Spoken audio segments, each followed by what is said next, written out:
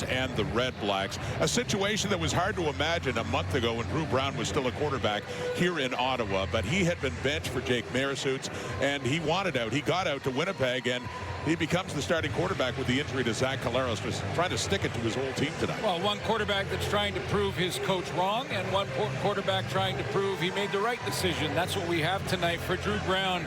He was told he didn't fit in the system as well as Jake Maier here in Ottawa. He wants to prove Ryan Dinwiddie wrong. Jake Maier just wants to concentrate on getting that first win. Davis Sanchez just said it. They have to win this game tonight. 0-6 just looks bad. Ryan Dinwiddie hasn't been through anything like this as a coach, and it's Winnipeg that won the toss, and they will take the football. And Trey Babel at a big return for a touchdown last week, and is hit very hard. Aiden John, one of them, coming in on special teams, and also KJ Cloyd is one that knocked him down. So Winnipeg football, and we will see Drew Brown coming on right away against a team he started for 2 seasons. Yeah, that's the way he would want to script it too. The Bombers won the toss, so they get the ball first, and Drew Brown is going to have to try and fight those emotions a little bit. Stay calm, run the offense. You can only get revenge one play at a time. Yeah, and credit to him. He didn't try to dodge it and say this is just another game. He knows it's not. He was hurt when he lost his starting job. 4-man rush, throwing right away over the middle, complete. Brady Oliveira has it just near the 40. And let's take a closer look at that starting offense for the Winnipeg Blue Bombers. Yeah, 2 real good offseason acquisitions in free agency with Darrell Broxton at right tackle, and then in the receiving corps, Tim White, who scored a touchdown in their win against Toronto. 2 big pickups in the offseason for this team. And the Winnipeg Blue Bombers, they've been starting to contribute more and more every game. 4-yard pickup on the pass to Oliveira, so a 2nd and 6 at the Winnipeg 40. The Bombers come in at 3-2. The Red Blacks at 0-5. And Brown being chased and still rolling out, and tries to take off to see if he can get that yardage. He gets close to the 45, and still not enough for a first down. He'll be at least a yard shy. Yeah, it's a long yard too, so it'll be a decision for Mike O'Shea. He's going to get pressure off the edge, and you know, this Ottawa team, starting on their defense, has got to play this game like it's at a playoff tempo. I mean, you cannot slip to 0-6 and expect to fight your way out of that. So Bryce Perkins comes in. This is the 200th game as head coach of the Bombers for Mike O'Shea, starting in 2014. Longest active tenure for a head coach, and looking for a first down here with Perkins. And initially he is hit. He tries to lunge across. C.J. Rivas coming in. Red Blacks fired up and sensing they have a turnover on downs. We'll see where they spot this football. That's the intensity I'm talking about. Just that little extra jump. It's hard to explain when you get to the playoffs how the speed of the game increases, the tempo and the intensity. And we could see that from Ottawa in this first series. And it was a turnover on downs, as Perkins did not make it. As you said, he needed a very long yard on that one. So this is what the Red Blacks need. Rivas, former Saskatchewan Rough Rider, his first year in Ottawa, as they will go to work just inside the Winnipeg 41 now, and the first possession for Jake Maier. At the 46, excuse me, for Ottawa, their opening possession. And Maier swinging it out to the left. He's got Greg Bell, and a good tackle there inside the 45 by the weak side linebacker Tony Jones. And take a look at right tackle Zach Pelias, who's playing in his 4th start for Martez Ivey out there at right tackle. Take a look at that offensive line protecting for Jake Maier, and they get Keelan White back in the receiving corps. He had missed a couple of games due to injury. Gain of 3, 2nd and 7. Maier threw for 293 last week, 1 touchdown, but was picked off 4 times in Edmonton in that loss. Standing to throw, and he connects 2, and that's down around the 36. Michael Griffin on the tackle of that target. That is Keelan White. Talked to Mike O'Shea about Willie Jefferson this week, and he said whether he gets sacks or not, he is making a difference every play on defense and helping a young David Reese on the opposite side, so contributing in a big way. Kyrie Wilson is the leader in that linebacking core in front 7. And the guy that has the only interception for the Bombers is the youngest with regards to experience, the rookie, Major Williams, on the corner. So Bryson Barnes in at short yardage on third down, lunges across, and unlike the Bombers in their try, Barnes is able to pick up the first down as this drive continues right around the 35 of Winnipeg. Yeah, this is a game for Jake Maier that can be career defining one way or another. We've seen some good flashes from Jake Maier, his time in Saskatchewan, his time in Calgary. He wins this one. His coach will be doing cartwheels based on what they've been dealing with so far. Absolutely. Handing off. Greg Bell tries to turn it up, and a good tackle by Jones again, making his presence felt. And that's another thing that Ottawa wants to get doing, get that running game going more with this free agent acquisition from Hamilton. Well, Ottawa has not all season long had a 100-yard running game as a team, let alone Greg Bell having 100 yards. And a lot of that is just a lack of touches. Now, they have been most of the time chasing the scoreboard. When getting that chase of the scoreboard, oftentimes coaches will forget about the run a little bit. He's been averaging about 3 yards a carry, gets 3 there. So a 2nd and 7 again for Ottawa. In scoring position in the Winnipeg zone, but looking for a first down. Maier under pressure. Michael Fletcher swamps him, sacks him, and that's back at the 41. Big loss for Ottawa, and a 3rd down coming up as well. 8-yard loss in their field goal range.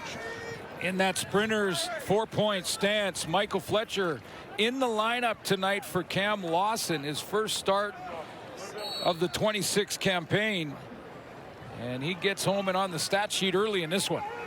Brett Lother on. He's 14 of 14, the longest of 51.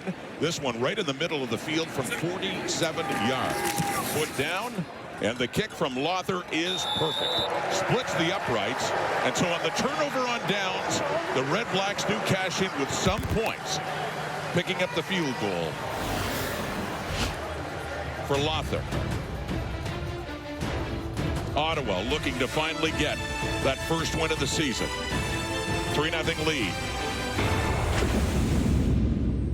In his first start back for Winnipeg against the Argos. What was remarkable about this game is he threw for 339, a touchdown and 1 interception, but he had just 1 week of practice. Now he understands the system. He's worked with Tommy Condell before. He has the help of Zach Collaros there, who's on the 6-game injured list now. So there was a lot of those factors helping with regards to getting him ready for that game. But 1 practice and 339 in the win. Drew Brown got a start, his first start in BC with the Bombers in 2022. Lost that one, but then he won his 2 starts in 2023, his last year in his first go-round with Winnipeg, now back in blue and gold. 2nd possession Winnipeg from their 40. And quickly off to Tim White, who had his touchdown pass last week against the Argos, taken down by Amari Henderson, and it's a first down for Winnipeg. Luigi Villan is starting at defensive end, a guy who grew up in the Ottawa area, was drafted by the Argos, but said to the Argos, you know what, I'd rather play at home. I'd rather go home to play, and he gets a start. Aaron Casey in for Niles Morgan, and in the back end, Alonzo Adai. He's got 1 interception and 15 tackles on the season. He's got to keep those guys together in the back end. That completion to Tim White, just enough for a first down, just across the 50 now. Faking the handoff, throwing again over the middle, and no, looking for Pokey Wilson. Ontario Wilson inside the Red Blacks 40, but it falls incomplete. Yeah, I think Drew Brown was trying to throw him open here. Wilson is going to end up right over the middle, and he's trying to throw him away from that coverage.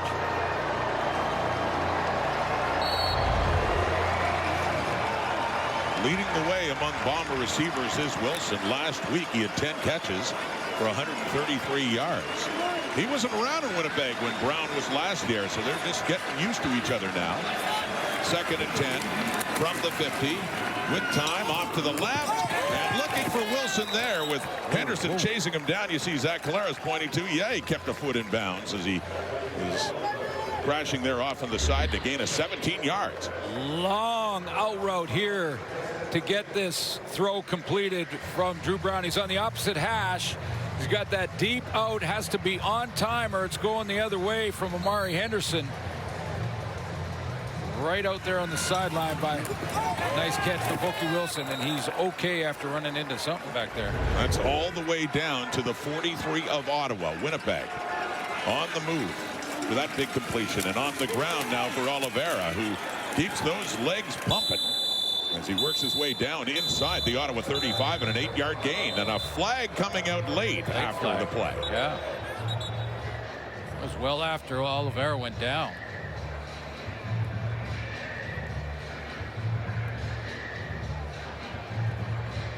You know, whatever the message is, whatever the way that they tell you as a player that, you know, they're going in another direction. You've heard that many times. Or Jake Maier fits this system a little better than you fit this. We have a misconduct foul against Ottawa, number 9. It's a 15-yard penalty to be added from the end of the play, and first down for Winnipeg. Must be something he said, Shakur Brown. But, you know, no matter how they say it, at the end of the day, they thought the other player was better. They didn't think you were good enough to play on their football team. The bottom line, you could tell that's how Drew Brown saw it. That wasn't just a system thing. That Ryan Dinwiddie, obviously, right from the outset, training camp, felt more comfortable with Jake Maier and made that decision during the preseason. So with the penalty, they scrimmage from the 20. That's caught by White, who's tied up after only about a yard. DeMario Houston, the ex-Blue Bomber, who had come back to Winnipeg last year for a short time, played in 5 games before signing on with Ottawa. And I'm glad you mentioned it right off the top, that Drew Brown could have said when we talked to him this week, he could have said, yeah, it's just another game, guys. We want to try and get a win. Jake Maier, same thing. They could have said, you know, but they know. Yeah. They know the storyline is huge. They know Ryan Dinwiddie is the guy that is the focal point of this. And they want to get that win. It'll be that much more special for them. Well, we could sense that from Brown in talking to him, what it would mean. Throwing here, the arm got hit. Either that or it got deflected at the line, and it wobbles down incomplete. And suddenly we're in a field goal situation here for Winnipeg. Now, they also said, both of them, they also said there's great mutual respect between the two. Right. And that doesn't surprise me at all. I mean, they were in the same quarterback room through all of training camp and came out of the preseason. Drew Brown did get some reps in the preseason in that second game here in Ottawa, but did not get them during the regular season as they dropped to 0-3 at the time. 26-yard attempt for Sergio Castillo. Tucks it in inside that right upright. He was 5 for 6 with a 56-yarder last week in Winnipeg, and he's 1 for 1 on the night to get the Bombers on the board after they moved down nicely for Drew Brown. They get the points to tie the score on a Sunday night in the nation's capital. Winnipeg 3, Ottawa 3, first quarter. Brown was the starter in Ottawa last year. Jake Maier was a backup in Saskatchewan, but he came in and he won the job. But just a look at the comparison of these two men. Well, completion percentage and passing yards per start, pretty close. I mean, you look at the win-loss record, and as you mentioned off the top, Drew Brown had some success here. Not necessarily last year when he went through some injuries. Went to the playoffs in 2024 in his first year. Back to Greg Bell. Still trying to grind through those yardage. It's tough sledding in the inside against this Bomber D. Ryan Dinwiddie didn't try to change the subject either when we talked to him about, yeah, he understands what the two quarterbacks are thinking and what he's focused on, what he hopes Jake Maier is focused on, which I'm sure he is just trying to find a way to have at least one more point than the Bombers at the end of this game. So important with the way they started. I said when we talked to him, said as a coach, he never threw anything like this. Just can't find the wins. Well, finds Khalil Pimpleton, gets up to midfield, first down and more. Jonathan Moxey trying to wrestle him down and finally gets a bit of help there along the way. But a 15-yard pickup for Khalil Pimpleton. A couple of things that Coach Dinwiddie did say to us as we were talking to him this week in our production meeting was that he wants to get the ball to Pimpleton more. and get him in space, some bubble screens, some screens to the outside, plays like that where he catches it about 4 or 5 yards from the line of scrimmage and then can make things happen after he catches it. And he is the leader in combined yardage in the Canadian Football League with all the returns he does as well. For the handoff, Bell stop, turns around, goes down and loses yardage. Tony Jones coming in again, and Reda Kramdi, the safety, as well.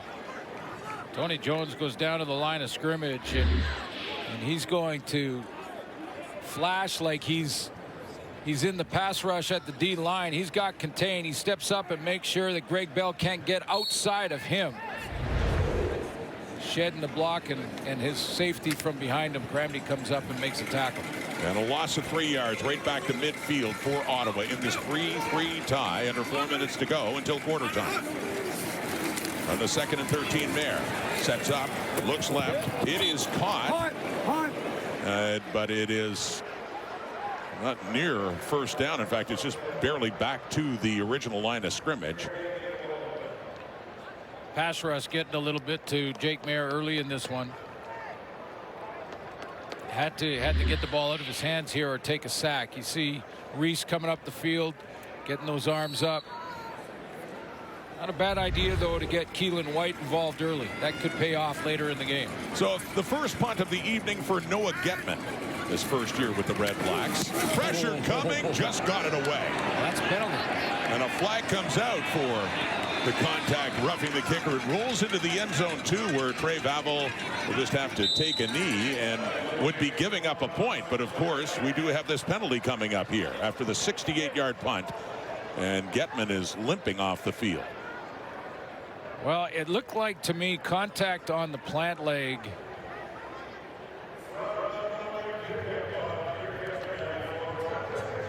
See if the replay center is actually just reviewing it before the official announcement. Make sure that what they saw on the field jives with the replay.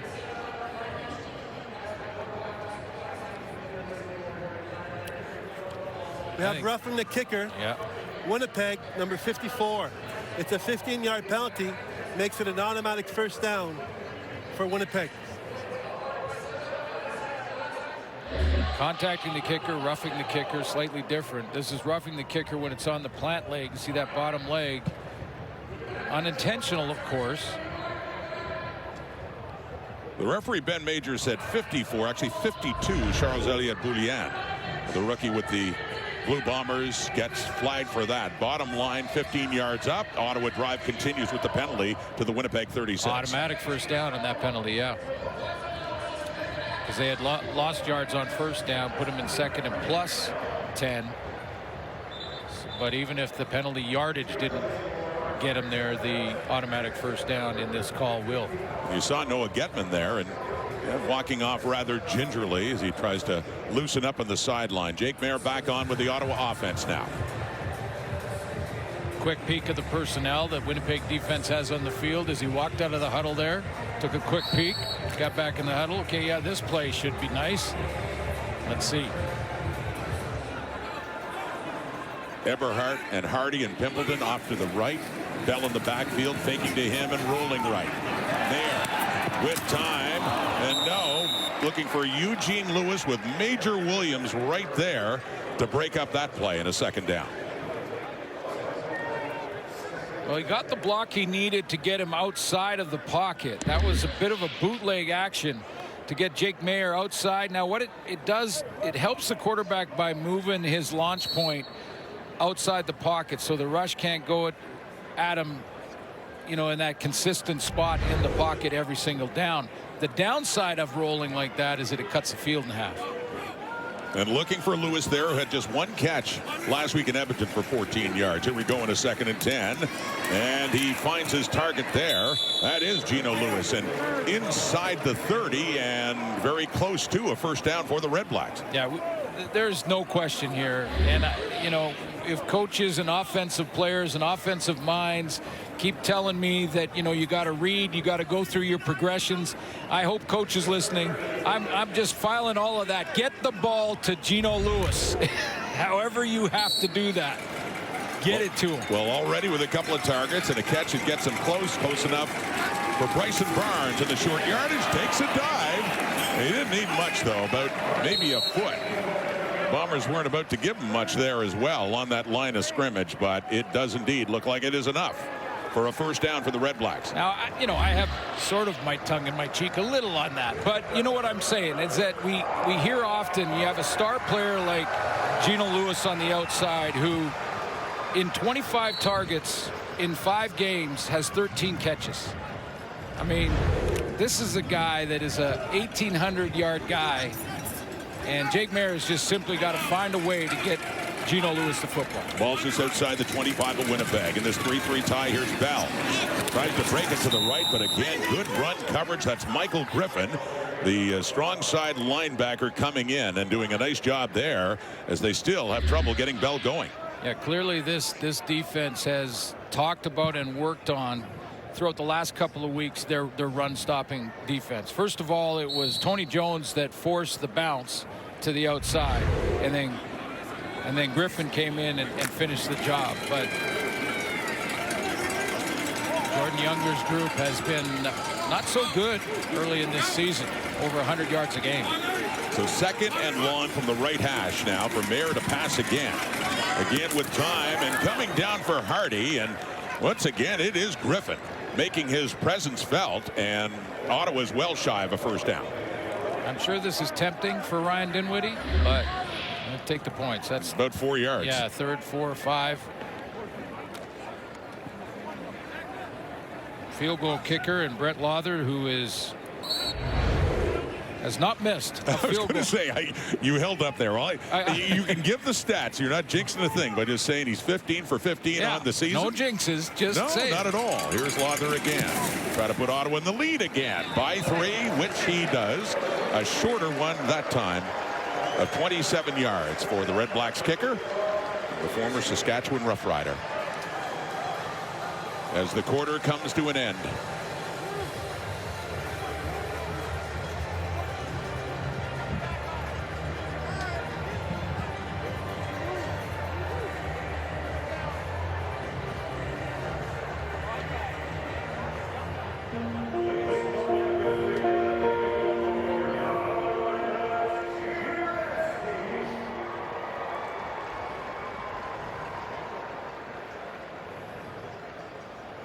We also want to offer our thoughts for just the heartbreaking news today. Word coming from the Saskatchewan Roughriders of the passing of linebacker Jayden Dalkey in a car accident killed last night at the age of 30. I think of him and I look at his career suits and I just think just the prototypical Canadian football player. Yeah. Leduc, Alberta, and then goes on to play junior in Edmonton and then the University of Alberta, and then gets drafted by the Saskatchewan Roughriders.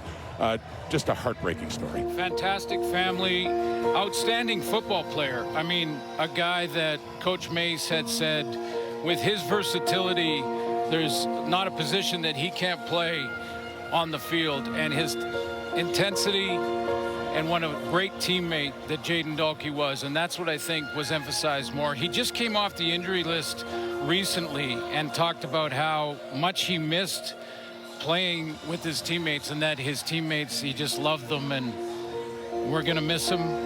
We're here for Ryan and Shannon and the rest of the family, and yeah, just tragic news. Yeah, to his devoted parents, his family, friends, teammates as well, our heartfelt condolences on the passing of Jayden Dalkey, all too young at the age of 30. It's the Red Blacks leading once again by 3. Ryan Dinwiddie, a couple of field goals from Brett Lawther, and talking things over with Jake Maier. Went 6 for 7 for 42 yards. And it's the Bombers trailing by 3 with the ball back to start at their 40-yard line. Quarter number 2. Ex-Red Black quarterback Drew Brown back in Winnipeg. His second start since coming back. And hands it off. And that's Michael Chris Ike, the fullback. And a short gain for them on first down. You know, interesting, back to that game where Drew Brown, with one practice, steps on the field, leads the team to a win against the Toronto Argonauts at home in their last one. It was the first time that the Bombers all season had led at halftime. You know, Drew Brown just started slinging it like he knew this offense. like he was a good fit in this offense. The play's called by Tommy Condell, his OC last year in Ottawa. And he completes that pass, and it's a first down. Leg still pumping on the first catch of the evening for Nick Dembski. And a gain of 20 for Winnipeg. No, we haven't really weighed in on a ton on it, but I will say what I found strange about what went down here in Ottawa early in the season coming out of training camp and the decision to go with Jake Maier. What I found strange was not to take anything away from Jake Maier winning the job, but that when they started 0 for 3, Drew Brown didn't get any playing time in the regular season. They didn't even look at it. Back to the running game there. And that's when he went in and said, you might as well trade me. Yeah. You know, and the trade happened, and well, he did make it clear he was quite upset about the decision that was made in the preseason with the commitment to Jake Maier by Ryan Dinwiddie, and both sides felt it best that he does move on after 2 years as the #1 quarterback, getting the free agent deal because of how well he played. Yeah. Instead of Zach Collaros when he was hurt back in 2023, winning a couple of starts. 4-man rush. Deep shot down the rail to the right. Jumping forward is Pokey Wilson. And no, Shakur Brown is there to help break things up and force the REDBLACKS, or the Blue Bombers, now on 3rd down. Yeah, Shakur Brown plays over top of Pokey Wilson on this road a ton. Here's Wilson out at the wideout spot. 2 receivers into the boundary, straight go route down the sideline, and you can see how Brown has him in control, has his eyes on the ball, plays the ball, no PI. Can't play it much better at that corner spot. So Castillo comes back on to see if he can tie the game from 53. Longest of the season, 56. Sergio Castillo, known for being able to hit long field goals just like Brett Lother, and does knock that one through. So battle of 3 so far as Ottawa starts it. Winnipeg answers. We're back into a tie game now. 12:22 to go until halftime. We have a 6-6 tie. Castillo, Peg, and then after the 23 season, free agent to the Ottawa REDBLACKS, and lost his job with Ryan Dinwiddie coming in, and now back with Winnipeg trying to stick it to the REDBLACKS as we get out of the field and say hello to Britt Dort. Thanks, Rod. And you guys have kind of talked about it all night, how raw he was about the emotion of losing that starting job at the beginning of this season. He said he felt like he had a good training camp, and eventually he said, I actually had to simmer that emotion given how the season was starting, and eventually said, okay, I think I need to leave this place, and eventually had to move on to a place where he said, I felt wanted. I wanted to go where I had chances, because he said, I didn't want to waste a year of playing football or not playing football when I'm really good in my career, I feel like right now. And obviously Winnipeg very familiar with him. He feels like he can get where he's left off. He feels like they believe in him. And regarding his relationship with Zach Collaros, he says he's talked to him since he left Winnipeg about everything and anything, to the point where he even said, I don't know how to repay him for all he's done for me so far in my career.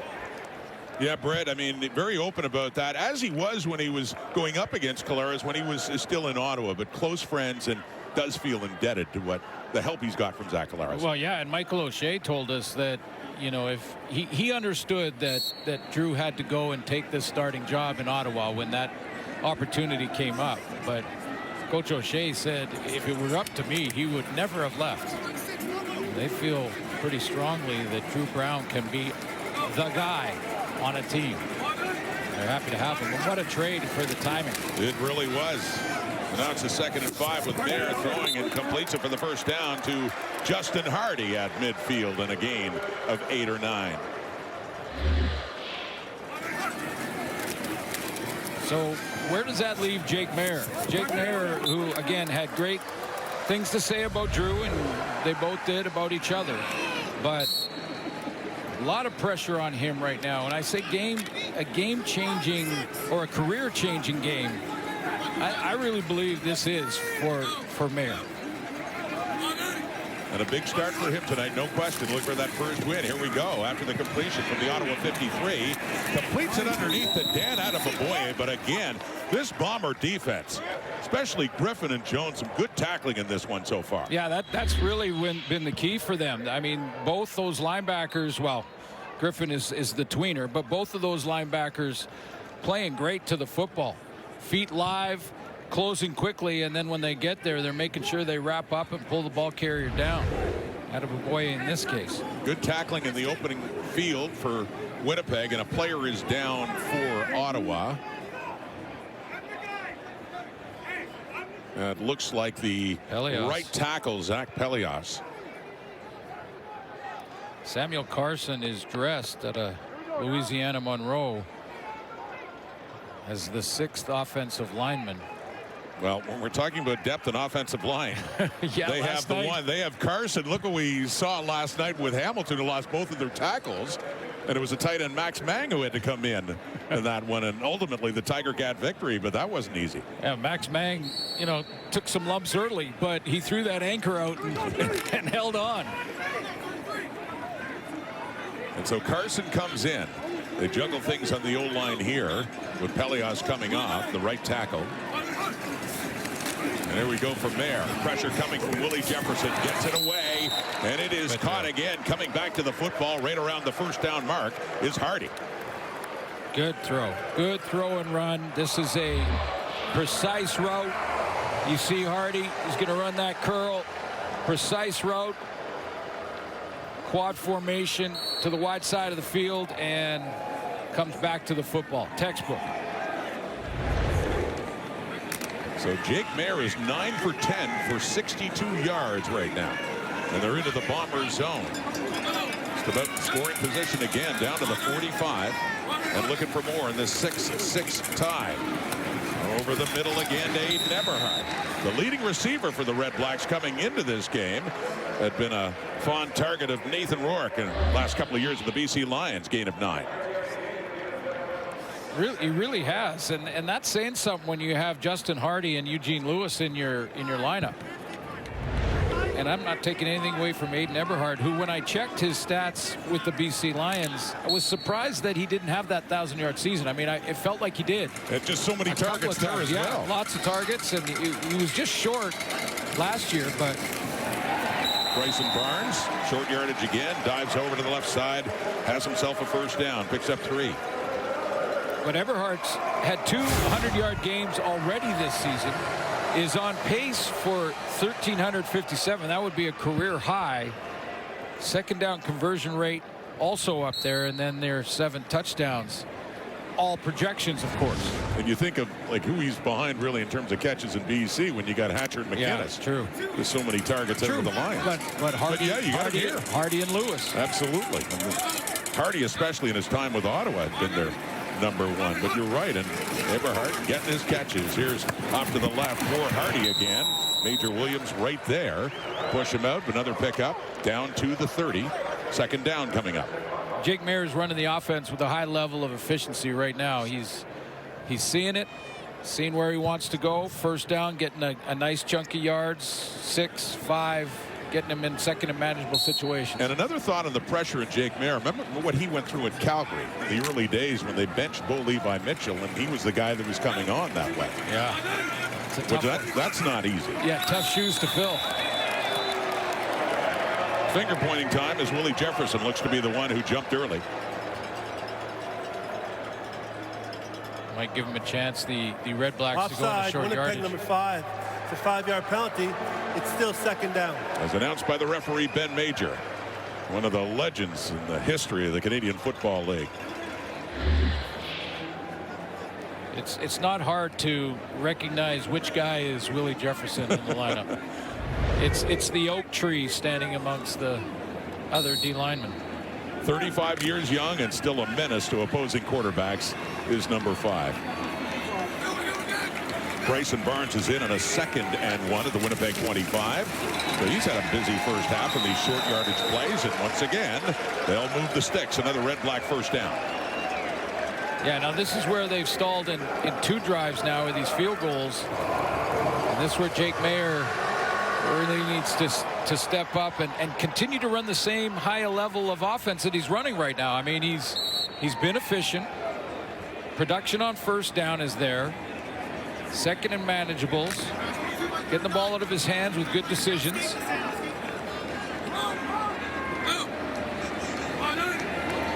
Here they come. Winnipeg 22, and little toss there inside. Keelan White Rounds the edge. And that's sweet. And a good pickup as he gets it down to about the 11.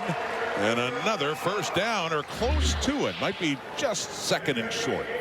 Just love the play because the Bombers are coming from blitz on the opposite side. And just Tommy Condell just happens to have a play to Keelan White that takes him the complete opposite direction. And it was enough for the first down.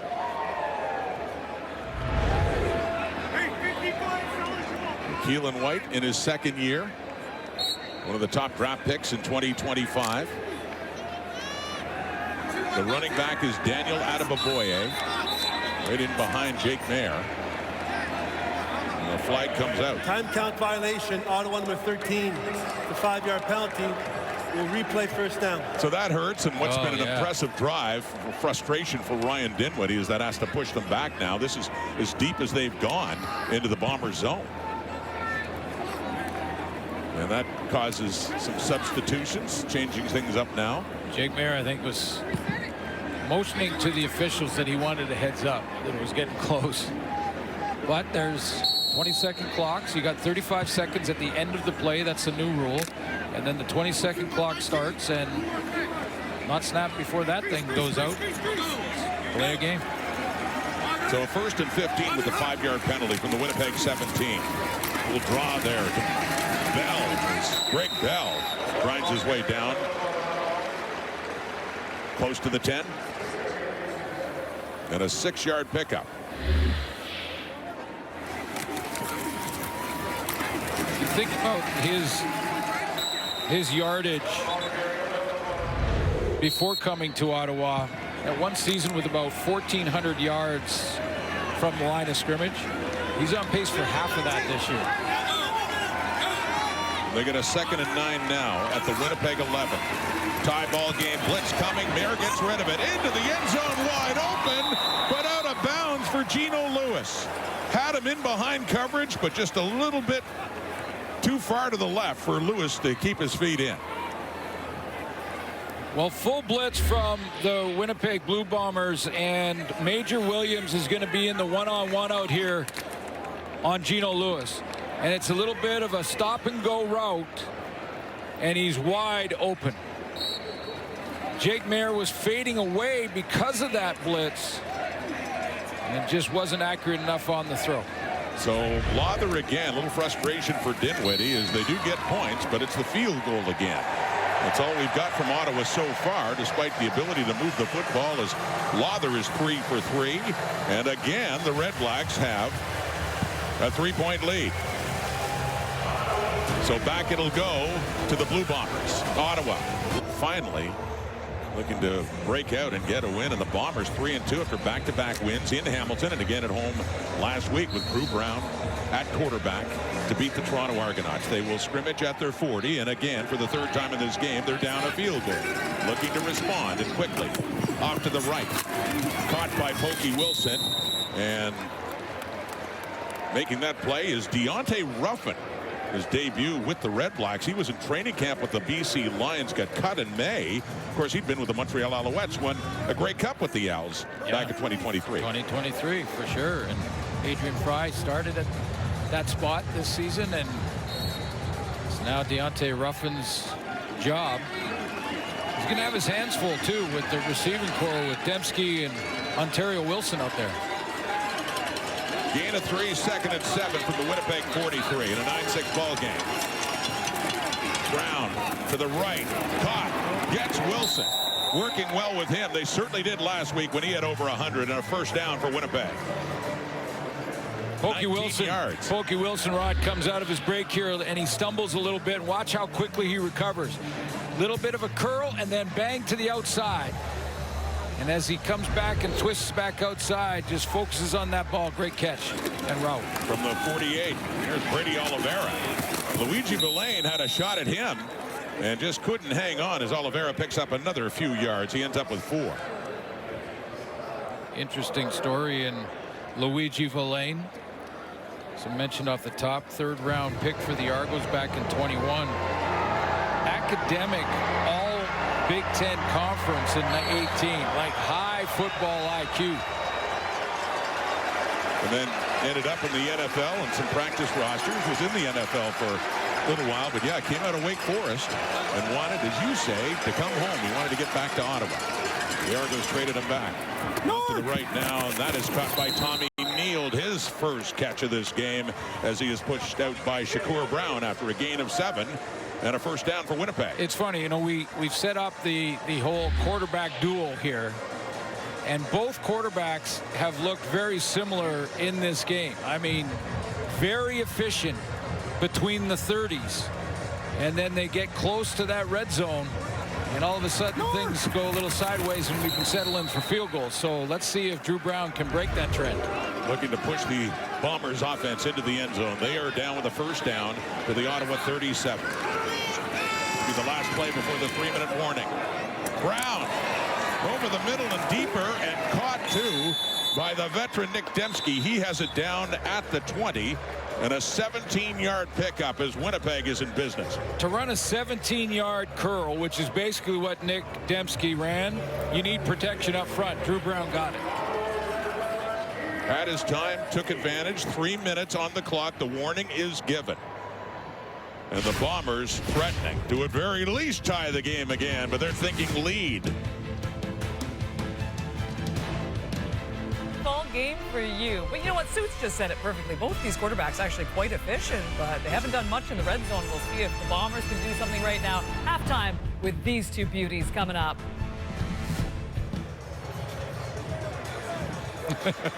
These two beauties. Oh, they are beauties, Yeah, aren't they? are. Thank you, Kate. Thank you. Yeah, but played between the 20s, really. I mean, we'll see if Winnipeg can change this trend. But the yardage number is not as impressive. The completion percentages are, with Brown 9 of 12 and Mayer 12 of 14. And if ever there's a night where quarterback comparisons are irresistible, it is in a game like this. Such as it is with the field goals. Castillo and Rutloff. The handoff. Oliveira putting his head down. 4 tougher earned yards to get it down close to the 15. That's the RPO look, where Drew Brown has a choice, and his choice on that play was to give it to Brady Oliveira. Tommy Condell is going to give Drew Brown the choice. Now Brown will have to pull that ball a couple of times to keep the defensive ends for Ottawa honest. Condell, the OC in Ottawa last year. Will one of these teams find the end zone soon? From the 16 and a 2nd and 6 and a flag. Broken up by Ottawa nicely, and that intended pass there to Tommy Neal. That's DeMario Houston, the ex-Bomber, breaking it up. Well, DeMario Houston can Holding. jump. Winnipeg number 66. The penalty is declined. The result of the play is 3rd down. The reason that DeMario Houston jumped that route is because the Red Blacks showed blitz like this, and then they dropped out of it. So Drew Brown thought that he had a blitz coming, but you see the droppers. It was just 4-man pressure. DeMario Houston knew he had guys helping him behind him so he can jump that intermediate short route, and he goes after it. So again, these defenses are bending but not breaking. Kate Burness's favorite play. We got a field goal from Sergio Castillo this time, and we got a pattern here. Ottawa by 3. Winnipeg comes back and ties it up again. Good night for the Kickers. 9-9 the score, 2:33 in the clock until half. Fate ended up coming back and making the playoffs, and yes, that's the highlight because BC started 0-5, went back and won the Grey Cup in 2011. Yeah, Travis Lulay leading the BC Lions all the way back from an 0-5 start. By the way, if you're thinking, has any team ever won it going 0-6? And the answer is one team went 0-6, the 69 BC Lions, and made the playoffs. But did not finish that year and win it. So, well, Ryan Dinwiddie, very candid when we talked to him about the quarterback situation in Drew Brown. Very candid about how surprised he is, how stunned the way this season has started. He's never been through anything like this. Yeah, neither has Drew Brown at any level. Pop Warner, high school, college. Unfamiliar territory for all of them. At the 40, tie game again. Willie Jefferson breaking in. He got his hand up. Yeah, I did. Willie Jefferson get the big meat hook up there, and a on a quarterback and make his day very difficult on Mayer on that throw, and it gets knocked. Yeah, I love the absolute sort of approach that Mike O'Shea has when he talks about Willie Jefferson, and we say, you know, he's got a couple sacks, so if you're wondering about his age, he just kind of cuts it all off. He says he contributes and you have to game plan. I don't care how many sacks he gets, he is still dominant, and he's watching the film. That's how he knows. Always a force. So Mayer in 2nd and 10, stepping up, gets rid of it deep downfield and caught by Pimpleton inside the Bomber 30. Biggest play on offense for the Red Blacks in this game, a pickup of 41 yards. Really is, because Drew Brown makes a real accurate throw on the dead run. He's going to bail out of the pocket here and get on the run. He's being chased down by the D-line for the Bombers. He's on the run trying to look across. He sees Pimpleton on that deep crossing post route and hits him between the 1 and the 3. So suddenly the Red Blacks again. Yeah. The 8 and the 3. And getting down inside the 30. Daniel Adeboboye in at running back in behind Mayer. 1st and 10. Adeboboye on the toss. Gets away. Nearly lost yardage, but he cuts it back up and he picks up a couple. It's Jake Kelly in pursuit to take him down. Real good run defense. It's a great idea, especially when you get down in this end of the field, for Jordan Younger to go with these run blitzes. Basically, he's blitzing everybody. If they throw it, they continue on to the quarterback. If they don't, all the gaps are covered, so it really takes away the run. See if they dial it up here on 2nd and long. Adeboboye had to backtrack and ends up picking up a couple of yards. It's a 2nd and 8 at the Winnipeg 27 now. 9-9 tie. And it's getting late here until halftime. Mayer under pressure, checks it down to Adeboboye, who gets it down to about the 22. I think he's getting closer. It's about 1.5 yards, maybe 2. Scramble rules here.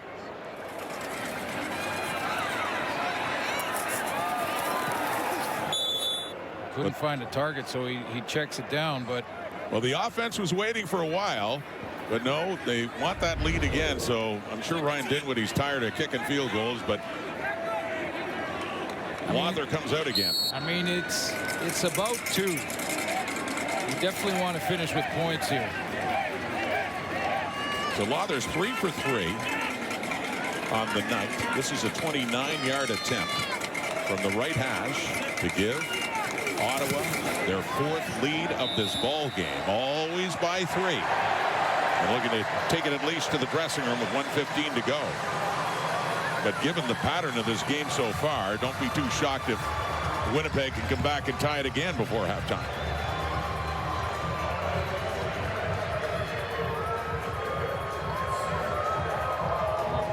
Save big this summer and stream the hottest shows, movies, HBO exclusives, and select sports now on Crave. Scan the QR code on the screen and get 40% off Crave with a premium annual plan. Rod Smith, Glenn Suter, Britt Dort back here in Teeny Place in Ottawa. The Red Blacks up against Drew Brown and the Bombers. Ottawa looking for their first win of the season, starting it at 0-5. Winnipeg football trailing by 3 again, knocked away at the line of scrimmage.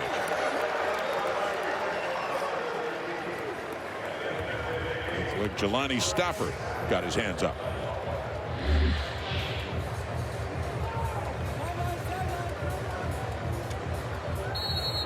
Getting a little double team. If you're double teaming, you can't get there, get your hands up.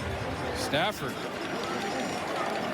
who used to run short yardage in college with the football. I can see him covering some real estate. That size, pressure on Brown, and he has to throw it away to the Bomber bench, and a flag comes out.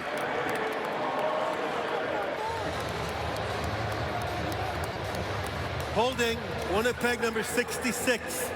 The penalty is declined. The result of the play is 3rd down. Getting the veteran left tackle, future Hall of Famer Stanley Bryant there. Yeah, basically, you know, this is a chance for Jake Mayer here to put some more points on the board before the half. Got Pimpleton back there in the return game. And a break in the pattern for the first time. Winnipeg's punting with Jamison Sheehan. End over end down to the right. It takes a hop down towards the 20 for Pimpleton. Not much room there after a good punt of 49 yards by Jamison Sheehan with under a minute to go until halftime. Those are great punts that just die inbounds in between the numbers and the sideline. Kate Burness and Paul LaPolice and Davis Sanchez, and Lapo and Chesney just beaming now because Kate called them a couple of beauties. Coming up at a halftime with their thoughts in this game. She's not wrong. See, Lapo's one of the guys who will say, you know, you got to go through your progressions. Yes. And you got to read the defense, and where the defense dictates, and you got to go with the ball there. And I'm saying throw it to 87. That's your offense. Nice and simple, right? Four-man rush. They're throwing. Going to add to their total before halftime, and this will certainly help the cause with Pimpleton. Still standing up as the whistle blows there, and Jonathan Moxey. But a first down and close to midfield for the Red Blacks. Yeah, 2 plays away from field goal position for sure, and maybe more. That's what I mean. The 2 and out on that from that Ottawa defense gives Jake Maier that opportunity.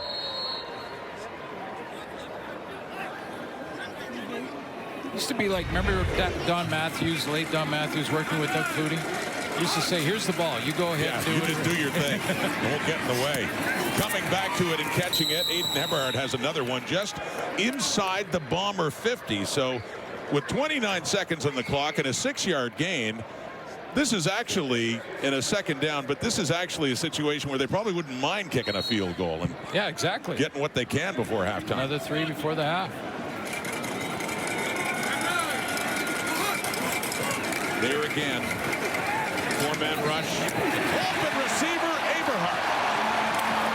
And inside the 20 and still going. 12 seconds on the clock. Inside the 15. Again, forget the field goal talk. Ottawa wants and needs a touchdown.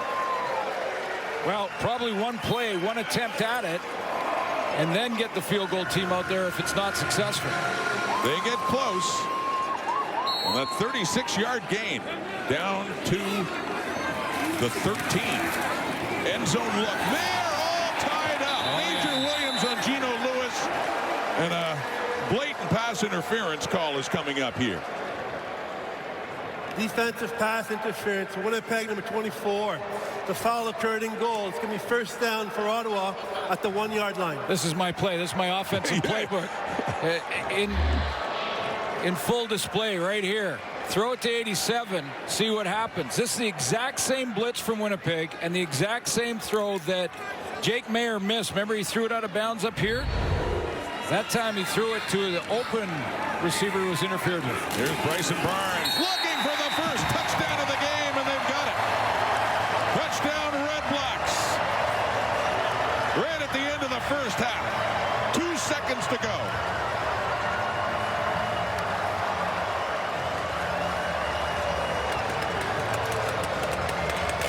Time to cut a wood cookie.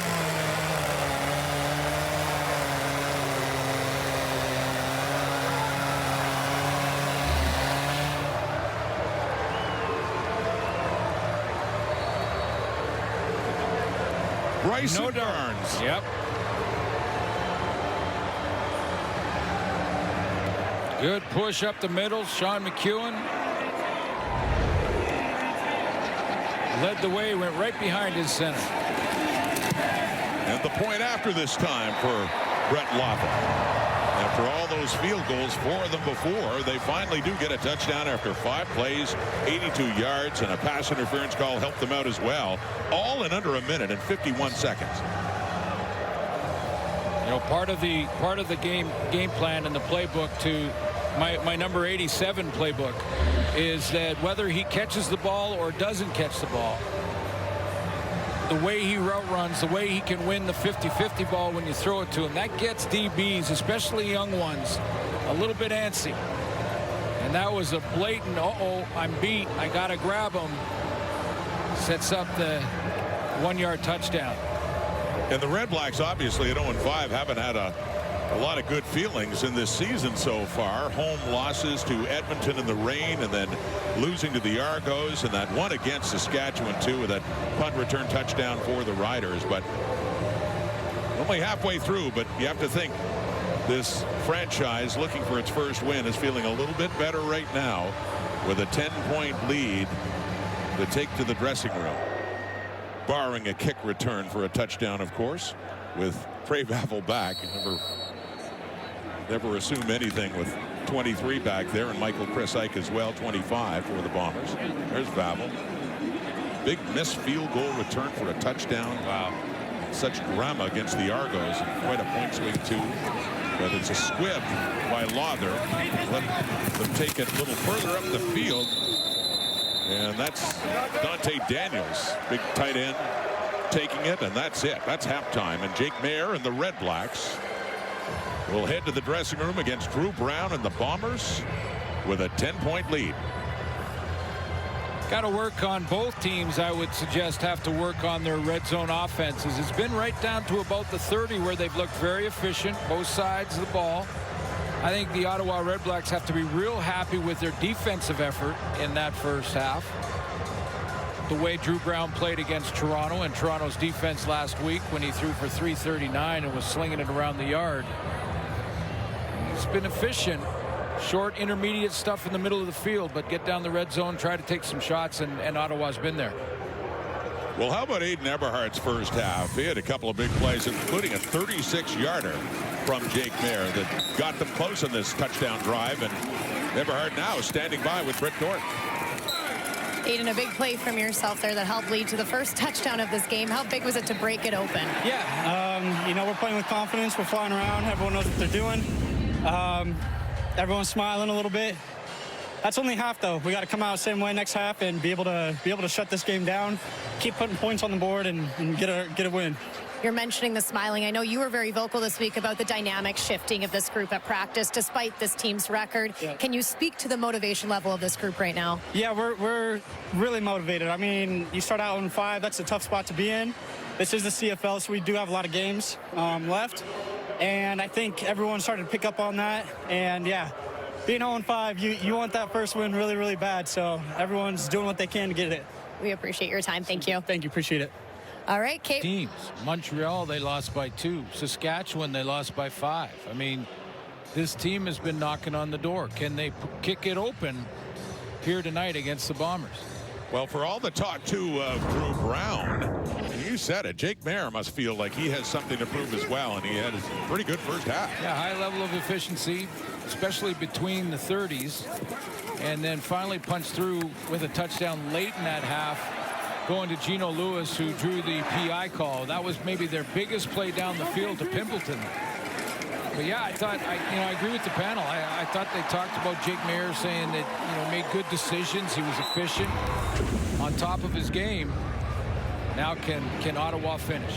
He was 17 for 20 for 199 yards passing. And they do finally get to the end zone too. Dan Adeboboye and Khalil Pimpleton are back for the kick. So Maier should be getting the ball first with the Red Blacks here at Castillo with the kickoff.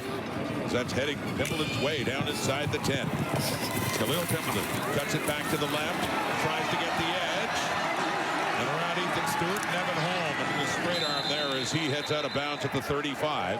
So Maier will come back on. Right at the end of the first half, after the two teams were trading field goals, Ottawa finally found the end zone. So one quarterback on your right that wants to prove his coach right, and one quarterback on your left that wants to prove his former coach wrong. Those are the numbers. Late in the quarter, I think those yardage numbers for Jake Maier started to accumulate, especially with that Pimpleton play down the middle. The Pimpleton one, and then later the Eberhardt one too. Yeah, the two biggest passing plays for Ottawa in this one. Starting at the 36 with a 10-point lead. Maier pressure right in his face as he got rid of the ball. It's complete to Eberhardt. A big play right out of the gate. But flags in the Ottawa backfield as Maier really got hit as he was getting rid of the ball. I guarantee you talk to Jake Maier, he will tell you he'll take as many of these as he has to get that first win. That's head contact, though, and that's the issue here. That was where the penalty flag came out. Eberhardt's running his route.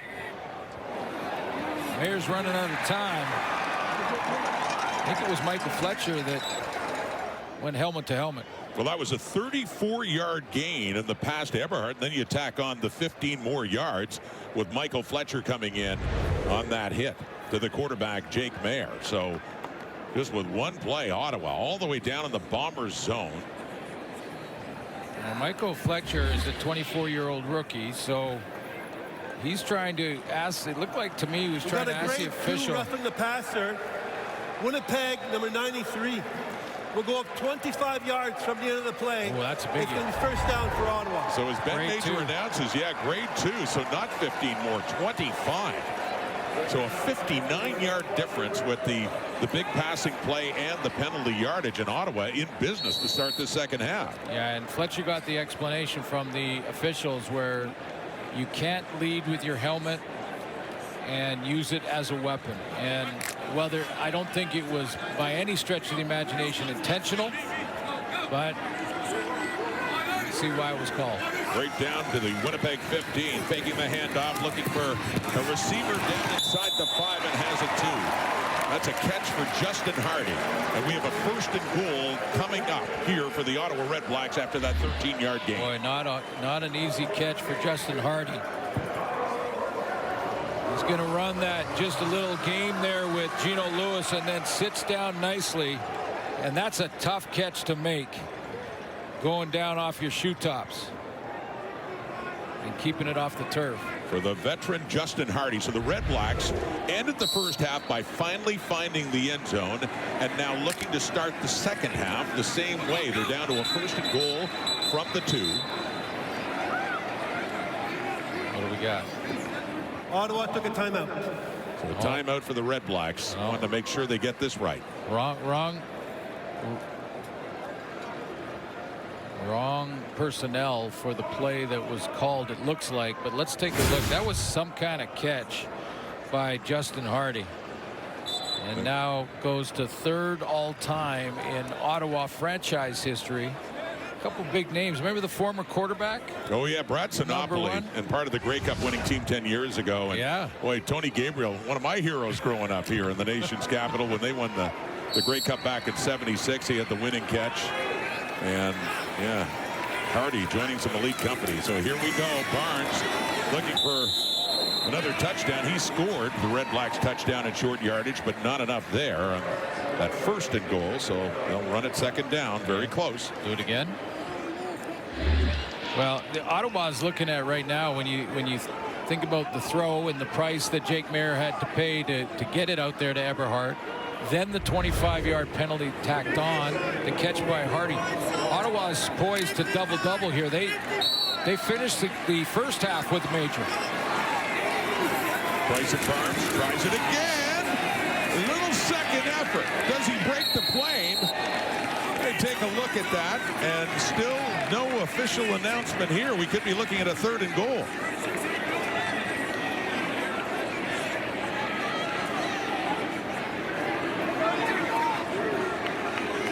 And that old villain, self-doubt, just climbed into the heads of the Ottawa REDBLACKS. That final yard is the toughest, always. They're going to have a 3rd crack at getting it, and what a stand this would be for the Bomber defense if they can do it again. Touchdown or bust for Ottawa. And Barnes, no, he doesn't get in. Kyrie Wilson among the Bombers gets in quickly, and Wilson gets him wrapped. And what a stand by Winnipeg. A turnover on downs on the 1. Ottawa had a first and goal and a chance to really open it up. Up by 10 and looking for more. 3 tries for Barnes. 3 times denied. Kyrie Wilson, and frustration for Ryan Dinwiddie.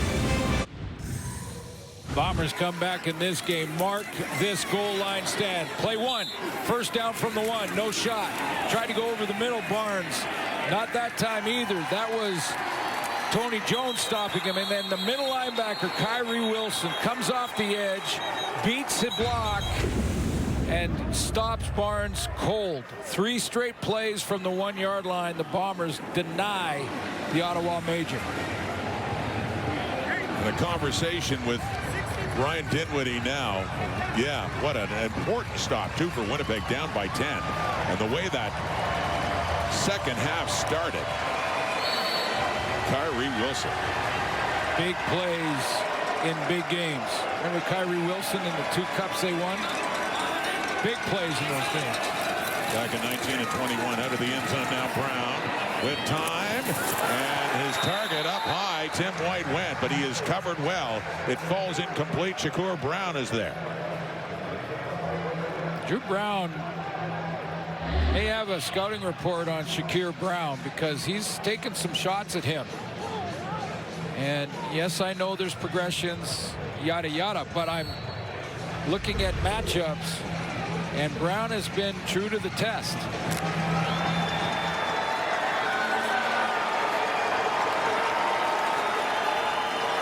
That drive was the first one Ottawa had where they didn't end up scoring points. 4-man rush here.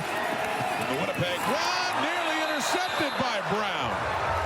And that time covering, Pokey Wilson nearly had the pick, but as it stands, great goal line stand for the Bombers, but they're going to have to kick it away deep in their end zone. Just the second year for Brown.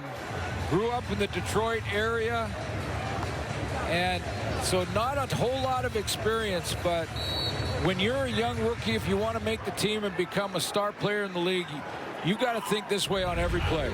Throw the ball in my zone or to my man. Jamison Sheehan punting it away for Khalil Pimpleton at midfield. This on the Winnipeg side of it. And a good tackle on special teams by Nick Hallett after a 53-yard punt. So Ottawa didn't get into the end zone. They'll be thinking about that. But Mayer comes back on with a good place to start another drive, nearly in scoring position now. Story through much of the first half, the offenses were able to move the football, but just couldn't get into the end zone, so they were trading field goals, and that's the way it went with Lawther and Castillo suits until the end of the first half. Well, they must have in the first half watched that World Cup final. Congratulations to Spain and all the fans of Spain winning the World Cup, and they thought, well, we'll play the first half with our kickers involved in a big way, and then ended the first half with that score. That's why when they're on the 1-yard line, I thought they can double up here, score at the end of the first half, and then get the ball back to start the second and finish that first drive. Winnipeg had other ideas. They sure did with a great goal line stand. It was 1st and goal from the 1 for Ottawa. 3 plays with Bryce and Barnes couldn't get the ball in, but good stand by the defense of their own. Forced Winnipeg to punt. They started the Bombers. 45 first down. Greg Bell, his best carry of the night, as Bell gets a bit of help now. It's just a big rugby scrum as he gets close to 10 yards, working it down near the 35. Call it a 9-yard pickup for Bell. Yeah, for a running back to be great, they've got to see the ball a lot more. They've got to, they'll tell you between 20 and 25 touches in a game, and that could be some swing passes that are really just extended runs, and then they start to get a feel for the blocking, the angles, the defense that they're facing. And that time the 1 yard needed was achieved by Bryson Barnes as he picks up another first down. Here's a question. Short yardage, which is a story already here in this one tonight. Why not in short yardage not bring everybody in and make it just a pushing contest? Why not play with your regular offense even on the 1 yard line and then just hit a gap with the quarterback sneak? I've heard that argument before. I'd be curious to hear what Lapo has to say about this. But Lapo's making notes back there. Well, there is logic to it, though. You're right. You can't leave, you spread it out. You can't leave them uncovered. So defenses can't just stack up the box. A little pump fake and then the throw, but good coverage there by Jonathan Moxey. And that's on Geno Lewis. Boy, two great veterans. Jonathan Moxey, he's going one-on-one with Geno Lewis, and look at the technique. Inside coverage, inside leverage, sees the quick slant, and Mayer had to pump fake because Willie Jefferson was right in his throwing lane. So they have a 2nd and 10 now after that incompletion from the Winnipeg 34, a 10-point Ottawa lead. 4-man rush, pressure coming, gets it away and completes it inside the 15 as Jake Kelly pushes out Greg Bell close to the 10. 24-yard pickup for the Red Blacks. Yeah, and maybe the greatest example of Jake Maier composure in this football game, because he was under the gun. Pressure, 3 defenders right in his face, saw the corner from his tailback and put it on him.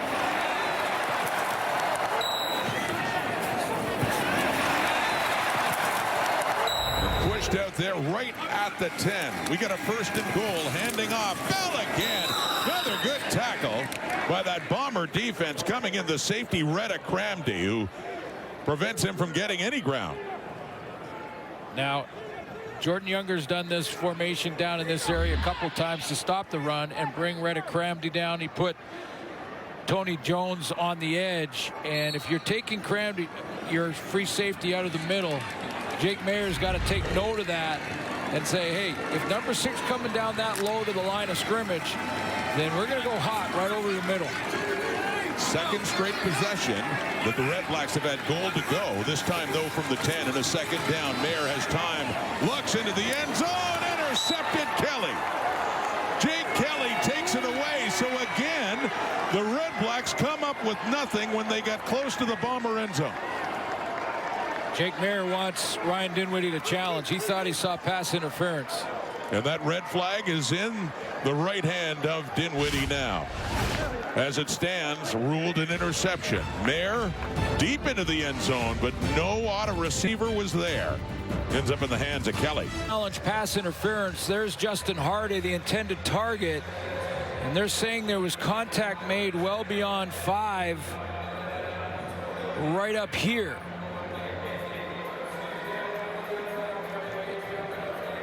That's the contact, and that was the intended receiver. Now, there is was the ball catchable, part of this discussion for the replay center, but Ryan Dinwiddie has challenged the play. Jake Kelly was over the top, wasn't covering. He's not the guy that committed the foul, if it is, in fact, a foul in the eyes of the replay center. That was Diedrich Nichols. Jake Kelly in his 4th year at a Bishops. So they called it an interception, challenged by Ottawa. Here's the decision of the replay center. Upon further review, Ottawa had asked for a challenge, requesting for possible defensive pass interference on the play. Upon further review, the ruling on the field stands. Ottawa loses their challenge, and their last team timeout. It's 1st down for Winnipeg. So Jake Kelly gets his interception, and the first one of the season for him. Yeah. Just the 2nd interception, by the way, for the Bombers this season. Yeah, I'm wondering about the ball was, I don't think, anywhere near catchable. Saw the contact made between Moxie and Hardy. So Winnipeg football, as the Bombers dodged some trouble again. Twice goal to go for Ottawa and no points on the board. They had the stand and then the pick in the end zone, and Drew Brown back out. Yeah, I thought Coach Lapo at halftime made a good point about Drew Brown, saying, all this stuff between he and Jake Maier, and again, we've already said that there's great mutual respect, so it's not about the 2 of them necessarily. Right. But he's got to put that all behind him and now just start to execute the offense. So after the Oliveira pickup, Brown throwing, up high, and couldn't come down with it. That was for Tommy Neal. That was up around midfield, but instead of 2 and out, and Winnipeg will have to punt. But the Bombers down 10. It could have been a whole lot worse given the way the Red Blacks have started the 2nd half. Yeah, Tommy Neal coming into this game had not had one of those 30-plus yard receptions. Excuse me, that guy right there. And that would have got him one. 3rd straight 2 and out for the Bombers, and that's 6 straight incompletions for Drew Brown. Jamison Sheehan has to punt it away to Pimpleton, coming up to his 30 to take it. Khalil Pimpleton to the 40, and then pushed out of bounds there by Tanner Cadwallader and Michael Ayers after a 47-yard punt. Willie Jefferson already had a knockdown earlier in this game.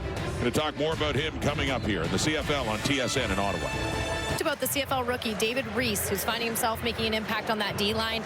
And I think it helps playing with a Willie Jefferson. But Jefferson gave it right back, and he said, it's these young guys that are keeping him feeling young. And he said, I just want to show them what it takes to be great in this league. And he certainly is capable of showing what it takes, Brett. We've seen that time and again. Daniel Attaboye in at running back again for the Red Blacks. They have the ball back. Attaboye is the ball carrier, too, as he gets it up to the 45 on that 1st and 10 and a 5-yard pickup. There's been some defensive statements made at different times in this game. It may just be the best game so far that the Ottawa defense has played all year. But I've seen a huge improvement in the Bomber run defense in this game. They've tackled very well, especially in the first half with that guy, Tony Jones. And then the goal line stand. And, of course, the stand as well. Kyrie Wilson helping finish that off. And 3rd down 2. 2nd and 5. Throwing quickly. Keelan White has it. And a 1st down 2. And that's up across the Ottawa 50. Closer to midfield. Taken down by Dietrich Nichols. Now, I don't want to say Tyson Philpott and make any comparisons here, but I think Keelan White, and I know his family well. I know his father. I was a teammate with Richard in both SFU and Saskatchewan, and I did a speaking engagement with young Keelan in this past offseason. He's a great, smart young kid with a huge upside. One of the top draft picks in 25, Keelan White, 2nd year out of Montana. Greg Bell, the running back in. He finds the hole that time and keeps on working to get a 1st down on the ground for the Red Blacks. 15 yards and into the Bomber zone. Yeah, I was going to say, when you're a running back and you get that 20 carries, it's the 16th, 17th, 18th, 19th, and 20th that you really get going. That's when you add those yards. That's when you get to 100. And all of a sudden, Greg Bell is starting to feel it. That's a couple of runs in the last 2 series. 9 carries now, 37 yards. And he's got it again. And adding to those totals, he's running better. He's having more success here in the 2nd half as he gets near another 1st down. It is indeed the sticks move again for Ottawa. Yeah, and that's that jump cut. And that's what I mean about understanding how the blocks are set up, getting into a rhythm with your offensive line, and then nice jump cut there with a puller coming around the edge. And a gain of 12 more yards down to the 32 of Winnipeg. They rotate them out. Bell out, Attaboye back in. More success in the ground. Sticking to it, Attaboye. Trying to strike a balance here between these two as he spins and picks up a few more yards. 2nd down coming up. Another former Toronto Argonaut pick, actually, Attaboye. Played for Ryan Dinwiddie. Won a Grey Cup with Dinwiddie. Yep. The Argos. Last year, outstanding Canadian nominee for Ottawa. And I think could be a feature back in the league given the opportunity. He got 4 at 2nd and 6. Winnipeg 28. Here comes Ottawa again. Pressure coming. Mayer quickly away. It's caught and then turning around and cutting it back up is Khalil Pimpleton. Great work by Pimpleton. And the Red Blacks are getting close again, undaunted, despite being denied in goal-to-goal in the previous 2 possessions. Well, you've got finally an answer. If you're Ottawa, you've got an answer to the blitz and the pickup and the man-to-man, even when Evan Holmes is the guy covering. Even when it's Evan Holmes, the guy covering. You see the blitz coming. Mayer found an answer. Got a 16-yard pickup. Good work after the catch by Pimpleton. So knocking on the door again. Back to Bell, and this time nothing. Bombers stiffen up against the run there as Reese is in and Fletcher too, and by committee, nothing doing there. This is where there's that invisible glass wall for both offenses that is so tough to get through. 4th straight drive to the red zone, though, for Ottawa, but the last 2 ended up in turnovers. The first one, of course, at the end of the first half, they got their only touchdown. They have a 19-9 lead. Here they come. Pressure's coming. Here's the blitz. Here's Mayer to the right. Down to the goal line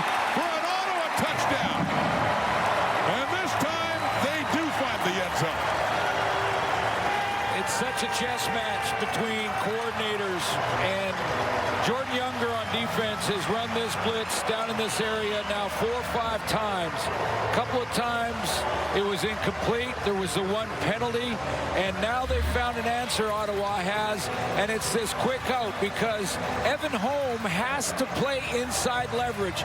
Stop it right here. You're not even going to see the guy covering Hardy just yet because he's playing so hard on the inside.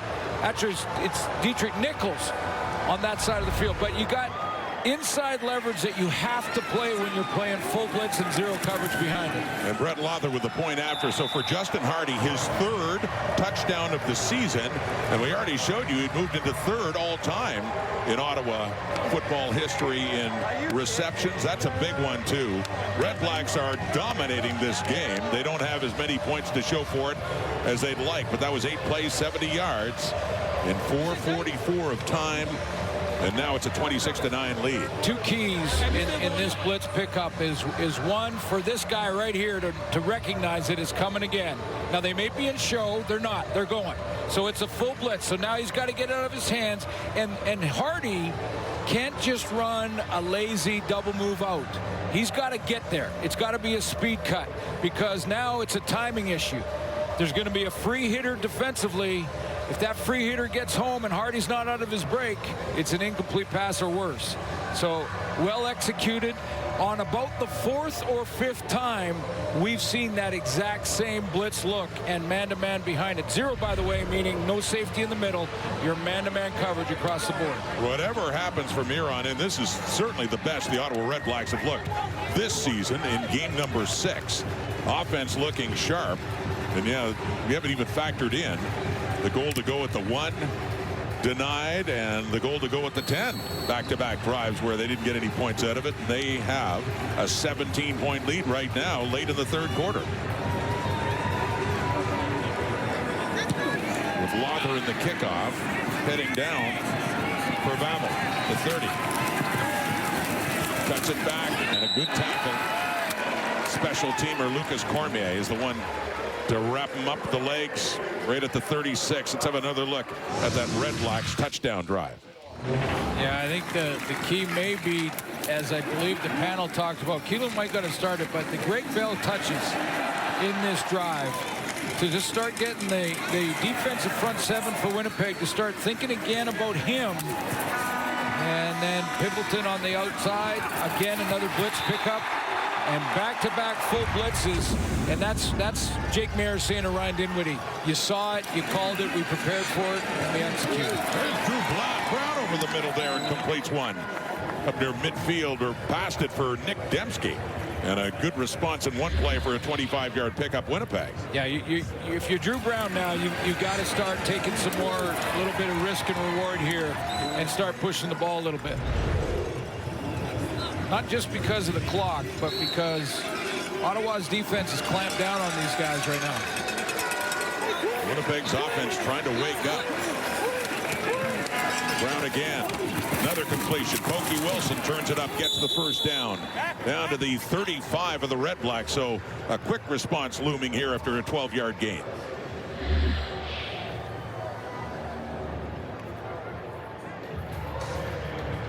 Look at this timing on the out. Now that's a zone look, so different than the opposite end that we just saw in the Hardy touchdown.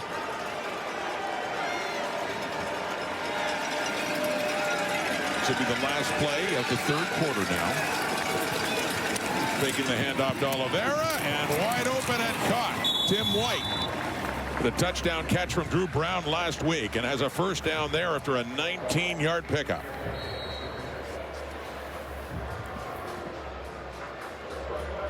For the most part, that quarter belonged to Jake Mayer and the Red Blacks offense, but denied as well in goal to go. And yes, they have the 17-point lead, but Winnipeg waking up as the 4th quarter is coming up in scoring position on to get their first win of the season. But we know, Glenn, with this much time left, despite those numbers and Winnipeg pressing now, it's far from a done deal. Well, Montreal and Calgary is a good lesson right there. It stamps up 22. They end up tying that game late. Yeah, let's buckle up, because it's far from over, especially with the team that was 0-5 coming into this game tonight, because self-doubt can jump back in there very quickly. So Drew Brown, nice drive to answer that touchdown down inside the 20 now. If he caps this drive off with the major, that's when Ottawa's bench starts to wonder. And maybe they start squeezing the stick a little tighter. Especially since they had that 1st and goal at the 1. And it was a goal line stand, and then they had goal to go the next time. It was intercepted. 2 turnovers. They come up with nothing there, and Winnipeg's looking for something here. And off to the left, it's caught. Dante Daniels, and a flag coming out as he falls back inside the 5. Be enough for a 1st and a goal to go coming up here for Winnipeg. We'll see what the flag's about. This is a new trend. I keep talking about it. It's a new trend. Dante Daniels, if and I'm knocking on wood here, but if there was any injuries in the O-line, Daniels has got to understand that he might be called if it's anything like Hamilton last night. We saw Max Mang in there playing guard for the Hamilton Tiger Cats in their victory over the Argos. We're still sorting out what the penalty is here. Not sure what this flag is, because the tackle looked fine and clean. It was just a low sort of. Was there a hit on Drew Brown or something? No. He looks clean. Oh, I see. Is it the Tommy Neal block? Yeah. Tommy Neal, you can't come back towards your own line of scrimmage, towards your offense, make a blindside block. Deontay Ruffin with the Red Blacks, the one hit by Neal right there. Yeah, that's illegal. So yeah, they had been, and it looked like 2 fouls against Winnipeg. Procedure, they're both against number 83, procedure and blindside block. We'll go back 20 yards and we'll replay 1st down. As explained by Ben Major. So bad break there for the Blue Bombers, who looked like they were about to get into goal to go, but instead they're pushed way back to the Ottawa 36 and a 1st down. Yeah, Tommy Neal's just got to flush that play. Flush it and move on. Pretty important catch in last year's West Final. It was the winning catch. And a big one in the Grey Cup as well, with Saskatchewan in that victory. 1st year with Winnipeg, but long way to go now on that 1st down play, and that'll certainly help the Red Blacks cause. It's Joey Corcoran with his 1st catch of this game. The 2nd-year Blue Bomber. He picks up 5, but it's still a long way to go. They have to get down to the Ottawa 6 to get a 1st down. Yeah, field goal's important here too, though. So Drew Brown doesn't have to get too crazy and try and force one into coverage here. Sergio Castillo is 3 for 3 in the night. Those field goals in the 1st half. But before we think of that, it's a 2nd and very long 25 yards. The Winnipeg needs. Here's Brown looking to unload. Flushed out. Gets rid of it. Down into the end zone, close, but knocked away. Knocked away by the Red Blacks to prevent a touchdown there. That's Lucas Cormier coming in to make that play. Cormier makes a play at that end on Dembski. You'll see his route. They drop him off. This is scramble rules now. Find an open spot. But I'm wondering if Drew Brown could have run for at least close to the 1st down. It looked like he had an open side there, but there was a defensive lineman chasing him. What a great play, though, by Cormier. Low snap on the field goal, but it's put down nicely, and it's put through again as Castillo goes 4 for 4. So, yes, they cut into the lead. They cut it down to 14 points, 2 touchdowns behind. After that, Castillo will be in now. Week 7 on a Sunday night in Ottawa. And a field goal by Winnipeg to make it a 14-point Red-Black lead. Back with the football, and Greg Bell, who's been running much better in this 2nd half, picks up at 4 more yards now, and a 2nd and 6 coming up. Yeah, I would suggest maybe the best games for Greg Bell this season. One of the best games for the Ottawa defense this season. But this is a big 2nd down. Field goal, makes a 2-possession game for Drew Brown. He's buckling up, expecting his defense to come up big here. On that touchdown pass by Mayer to Hardy, that put him over 300 for the night. 23 of 28 for 305. And throwing here, if he can get it away, he steps up. Will he take off? Tyree Wilson wraps him, takes him down, and a flag is out as well. That play took a little bit too long to develop and probably will be a holding. But first down was not gained by Mayer. Holding Ottawa number 68. It's a 10-yard penalty. Will replay second down. But they do take the penalty, even though you're right. It would have been a third down and a few yards away. Push him further back.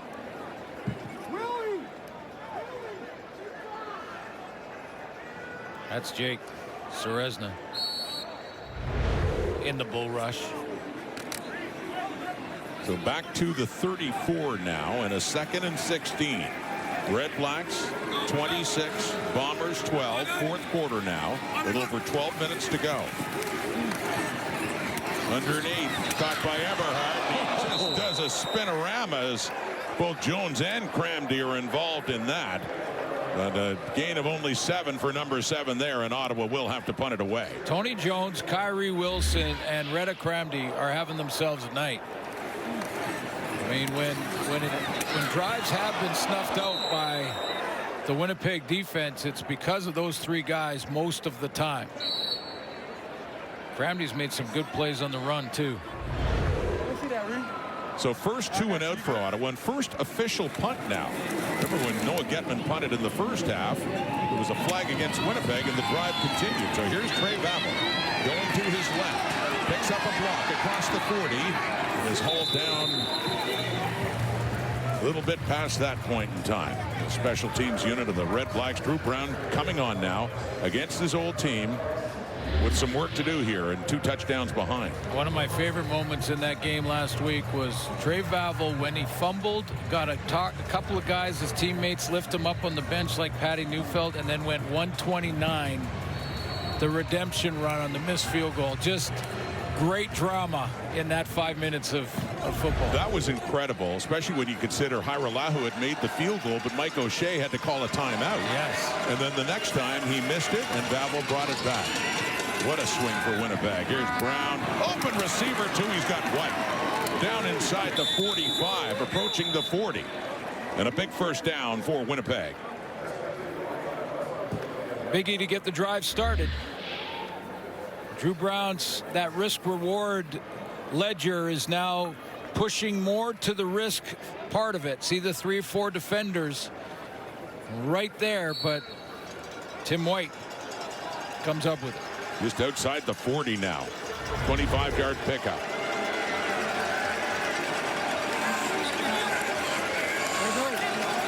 Still plenty of time for Winnipeg to get back into this game. Already field goal range for Castillo and Brady Oliveira. A quieter night by his standards as he picks up a few more yards, works it down to the 36, 37-yard line of Ottawa. One thing that Drew Brown can do to help Brady Oliveira here is to pull it at least once. You know, just plant the seed in the D-line's head that you may pull it, because when he runs those RPOs, he's given it to Brady Oliveira most of the time. Oliveira just with 6 carries for 26 yards. That's it. Brown throwing again, and it's caught too. And that's the big tight end, Dante Daniels, who had one earlier that got negated by a penalty. Well, that's enough for a first down for Winnipeg.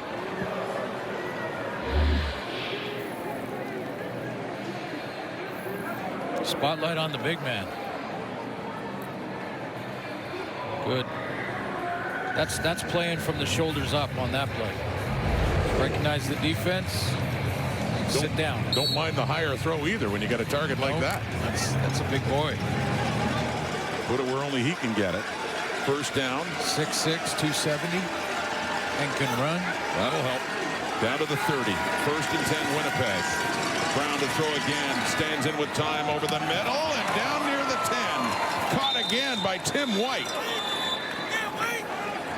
And Brown and Winnipeg have something going here. Another 20-yard pickup for that Winnipeg offense. Yeah, Tim White He's got a couple of these now, which is just the bender coming in behind the linebackers and the deep road. He's got the clear out through the middle from Nick Dembski, and then there's the bender in behind the linebackers. The video official just changed the spot. It's first down at the 11.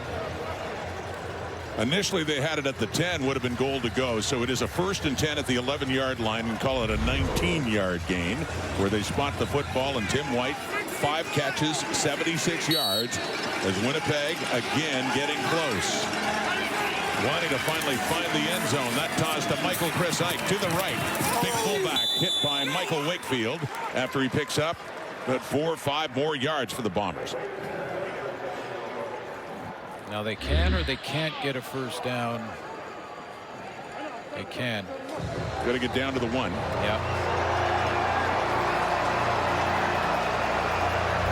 In this case, they are down inside the 8.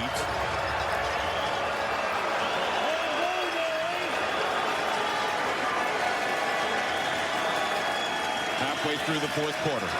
Big second down here, Winnipeg. Brown steps up with time. End zone, touchdown. Brown to Dembski. And the Blue Bombers are back within a score on their first touchdown of the night.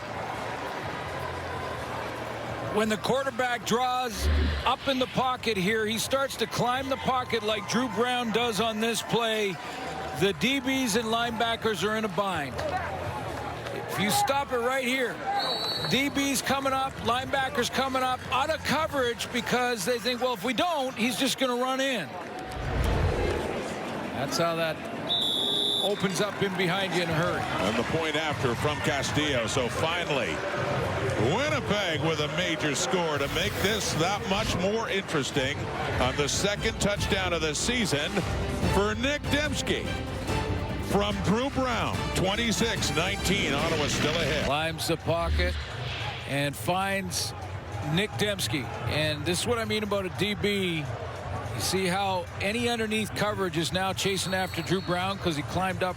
And all he has to understand is where the line of scrimmage is. When Brown comes up the field here, where's the line of scrimmage? As long as I don't cross over that, we got to play.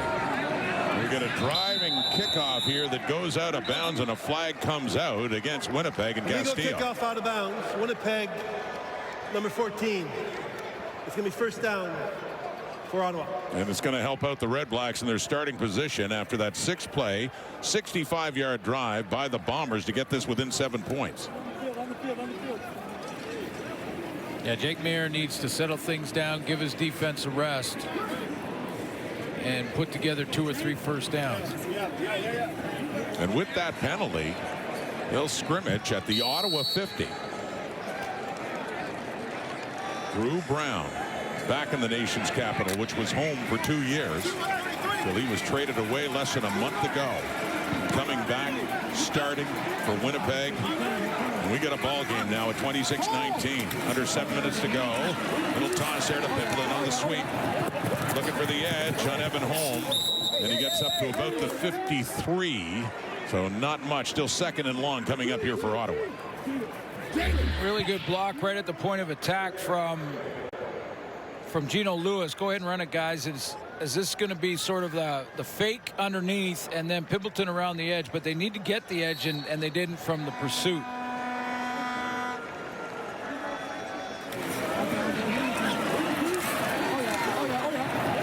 Evan Holm can close better than any DB in the league. And turned it back inside, so limiting the gain. 3 yards, 2nd and 7.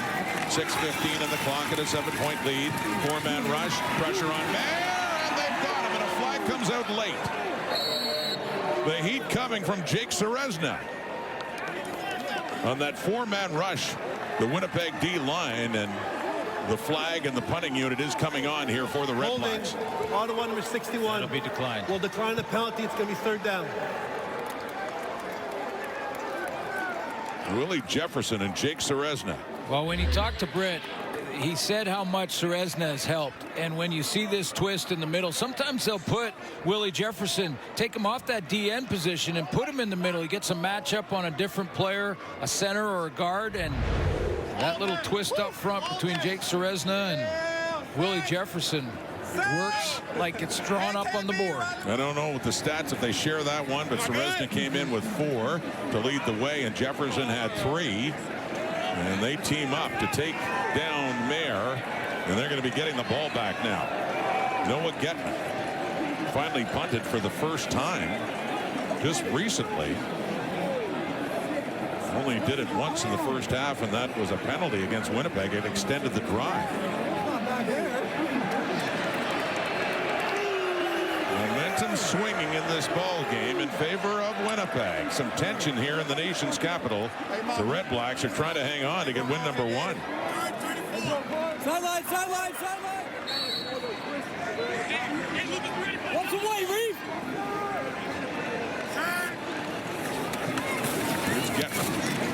Getting rid of it at his 35. And it sails out of bounds in the air. It's a penalty. And that's a penalty. If it does that outside the 15, it would be a penalty if it goes out of bounds in the air. Winnipeg defense. They have flag out. Put the Bombers in better shape. Put the ball back. Drew Brown. Interesting stat here in the history of the Ottawa REDBLACKS. You got Trevor Harris with 21 wins. Henry Burris with 18. Drew Brown is 3rd. They're trying to make sure Ottawa doesn't pick up a victory tonight. Lots of chat on social about the quarterback situation in Ottawa since Trevor Harris left. After the 2018 season. Oh, is it 13 or so quarterbacks that have played since then, and they've only had 1 winning season since then. And that was with Drew Brown 2 years ago. They went to the playoffs against Ryan Dinwiddie in the Argos. There's Brown again, nearly intercepted. Shakur Brown with another chance on Drew Brown, and just can't find the handle on that one. Yeah, went to the well with that bender route one too many times, and Brown had a beat on it. He did everything but catch it. He was coming from a long way away, ready to time up his jump on the throw, and he just dropped it. Well, a break for Drew Brown, and the Bombers there as they keep the ball. They're 42. They're down 7 points. 5:11 on the clock. 2nd down and 10. Some heat coming, and down he goes. Brown down. A.J. Allen coming over from the Saskatchewan Roughriders and making a huge defensive play for Ottawa. Well, probably his biggest of the season for the Ottawa REDBLACKS so far this year. He had 21 tackles coming in and also registered an interception. But that one, with the momentum shifting the way it had for Winnipeg, was big. Allen coming through in the blitz. Here's Pimpleton now in the return on the Jamison Sheehan punt as he gets swarmed and down around the 36 after a 57-yard punt by Jamison Sheehan. A.J. Allen, one of the many additions in free agency. They're one of the changes the REDBLACKS made. Some other Rough Riders coming over as well. Of course, C.J. Rivas, Brett Lothar, but also Haba Baldonado is injured and out of this game. And Jake Mayer, and you got to believe that that's a little celebration for Jaden Dahlke. A tribute to his friend and former teammate Jaden Dahlke, who tragically passed away in a car accident last night. The run there by Bell. The momentum shifting back towards Ottawa, and a 1st down carry for the REDBLACKS.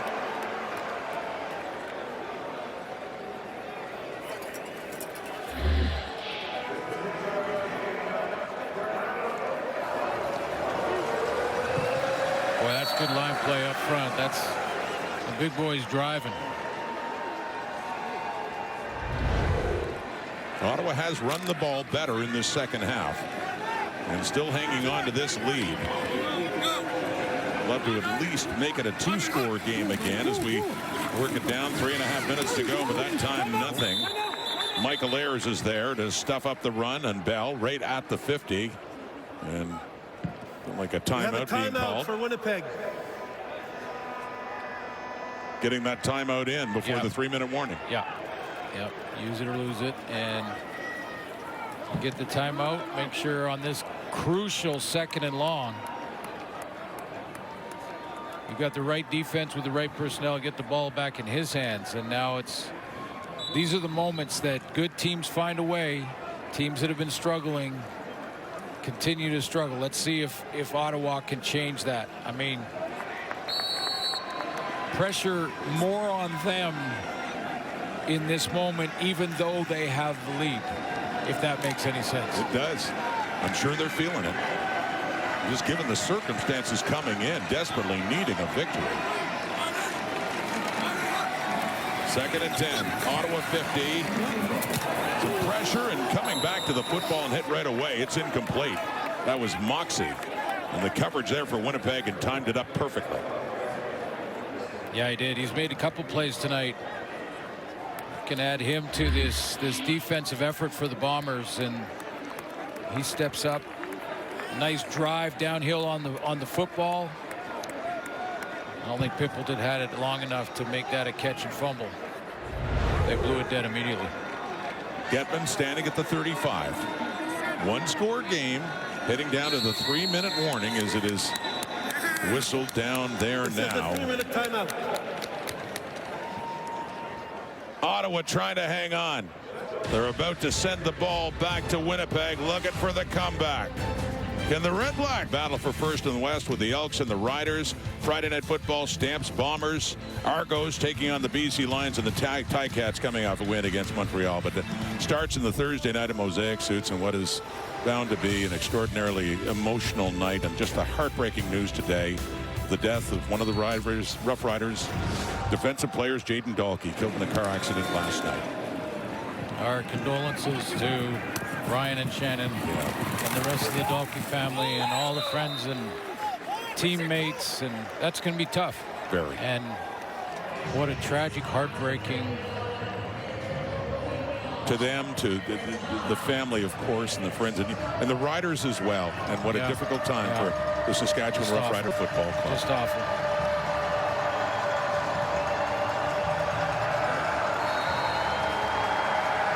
Well, this is what you want as a quarterback.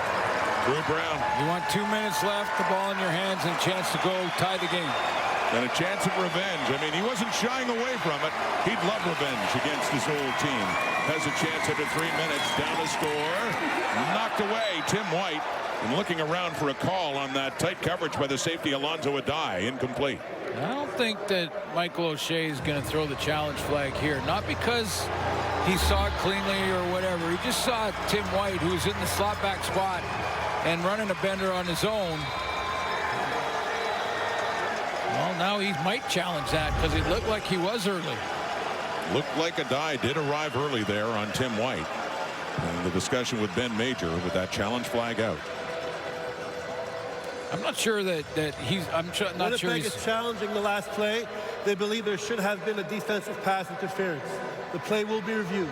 I'm not sure that Michael O'Shea. You know how players have a signal, and many of them, especially receivers, who think they're open all night, whether they are or they're not, they'll get up and they'll motion immediately. And Tim White did that. You see, he gets up. He wants to give the signal to his coach. Look, this was PI. And then O'Shea is not going to be, I don't think, influenced much by that. But what he will be is what he hears on the replay when they see it. And was the contact early? And he throws the flag. So the replay center looking at this. Was this pass interference? Here's the ruling. Upon further review, the ruling on the field is overturned. We have defensive pass interference. Ottawa number 20. It's going to be first down for Winnipeg at the spot of the foul. Yeah, so the spotters upstairs took a quick look at it, and Adai's contact was early. So O'Shea throws a challenge flag. And a smile of frustration for Ryan Dinwiddie as his Red Blacks are just trying to hang on and get in the win column. Up by a touchdown, but these 2:47, these final seconds must feel like an eternity for Ottawa.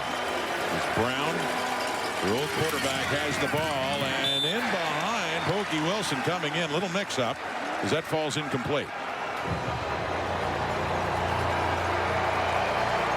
I think Pokey Wilson just slipped on it.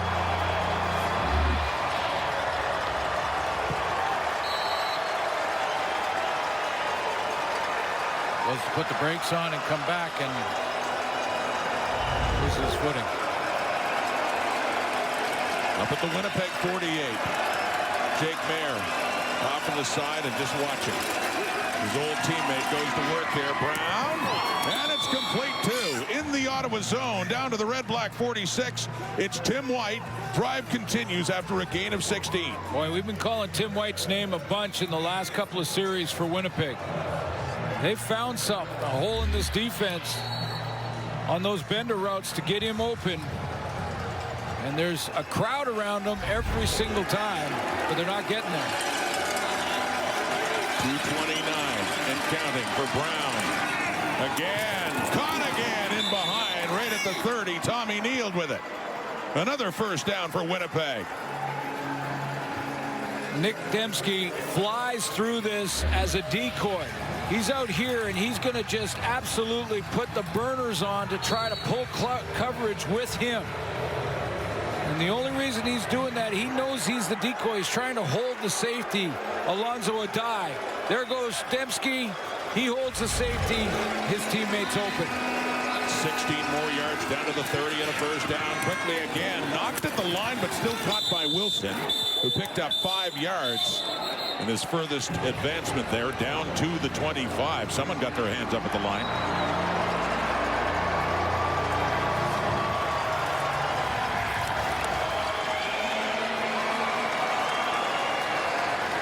So they hurry up. A second down and 5. Needing 7 points to tie this ball game. Under 2 minutes to go. 4-man pressure underneath, and it's caught by Tommy Neal again for a first down as they get closer to that Ottawa end zone. Another combination route between Dembski and Tommy Neal. This time from the other side of the formation, and not the deep ball, but Dembski's right on this part of your screen. He's going to be the decoy so that Tommy Neal can flash open over the middle. Down approaching the 10 now. A 1st and 10 Winnipeg. Excruciating on the Red Black sideline, and a great sense of hope for Collaros and the Bombers on the other side of the field. Here we go with Brown. Pressure coming. Quickly gets rid of it. It's caught by White. Down near the 5. Shy of a first down, but still a good pickup on first. A second and short is coming up here for Winnipeg. Well, safety or secondary blitz coming from Ottawa there, picked up nicely by Drew Brown. Still plenty of time in the clock here in the 4th quarter. 1:15 counting down just outside the 5 and a 2nd and 4. Drew Brown trying to execute this comeback. Looks to the end zone. And it is caught by Wilson.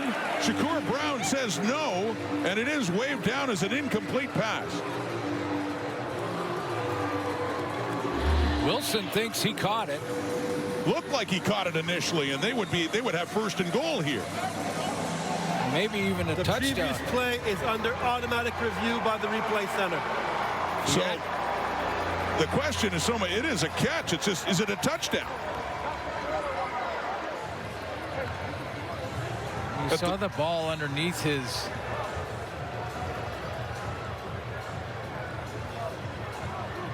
That looks like a catch from that angle.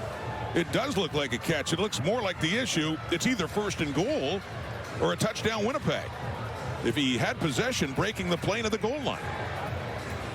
They ruled it a catch. Brown waving off like it wasn't a catch. Well, the sideline official down here waved it off. I saw him live wave it off. Called it incomplete. But it looked like when they chatted, they ruled it a catch because that's where they're lined up right now on the 1-yard line. So if they've ruled it a catch, then did he score with this? Did the ball cross the plane under control? It doesn't look like it did. It initially did cross the plane, but you're right. Did he have control of the football? Definitely a catch. And over a minute to go and a 1st and goal at the very least.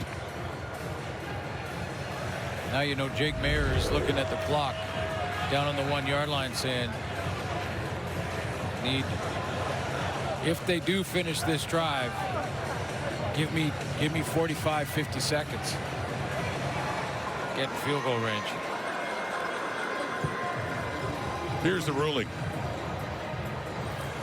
Upon automatic review by the replay center, the ruling on the field is overturned.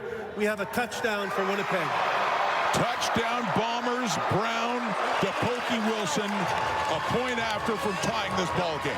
Now, we've seen a goal line stand in 3 separate plays by the Bomber defense.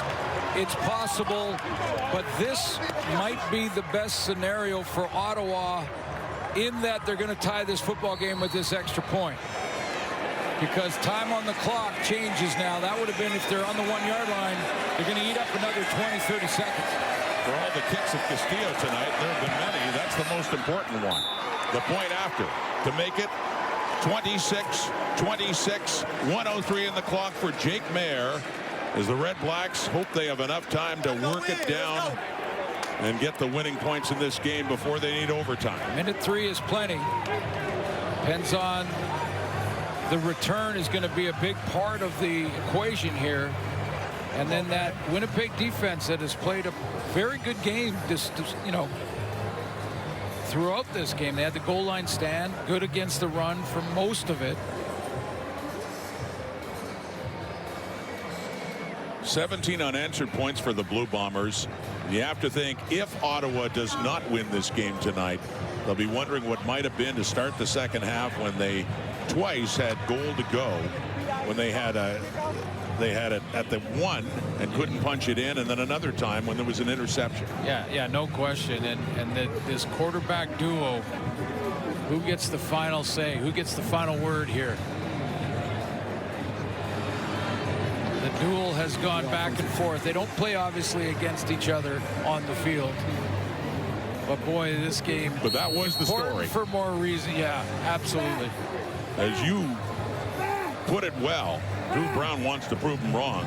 Jake Mayer wants to prove Ryan Dinwiddie right. Got a minute. Got a minute to do it. And here's Pimpleton. Good coverage. Wow. On teams down to the 26. That's Michael Ayers. Always one of their special teams tackles leaders, with a big one there to make sure Pimpleton didn't move it any further upfield. Yeah, and this won't be a big thing on the stat sheet, but this is a monster play, and this is what good teams do. Teams that know how to win, that know how to finish. That play to limit the field position on the opening kickoff, big. There's a Red Blacks player down on the field on that kickoff return play. But yeah, how about Michael Ayers, consistently one of the top special teamers in the CFL. Well, most returns are getting out around the 35 for sure. A lot of times with these great returners, we're talking 45 and even pushing to midfield. So, you know, it's a very different scenario when you got to make 2 throws to get in field goal range in a minute than to drive the field for field goal range. Brett Lawther's career high is 59 yards, which would put them down to the 48-yard line roughly. 48 that'd be about midfield, but less than that. They could even outside the 50 if you go by his longest. But Lawther's longest this season is 51. I would say you need 4 first downs. Right now they're at the 27. That's where the ball is spotted. 59 seconds on the clock. The injured player is Benjamin Dobson, the rookie for the Red Blacks, heading off. I mean, 4 first downs of yardage. So you're going to need a chunk play. You don't have time to run your offense for 4 first downs. You need a chunk play here at some point. How about 87? Jake Mayer quickly off to the left. It's caught, but not much there. Reddick crammed in again on Pimpleton. Well, he's had a night. Has he ever? Limited gain. 2nd and long. Well, Reddick Cramdy played in that Sam position last couple of years and then moved to safety. Now they can rotate them back and forth. Great flexibility for Jordan Younger. Big down here. From the Ottawa 29 and a 2nd and 8. Will we have overtime? 35 seconds. Mayer airing it out. Down the rail. Coverage is there, and it's knocked away. Jake Kelly along with Major Williams on Gino Lewis.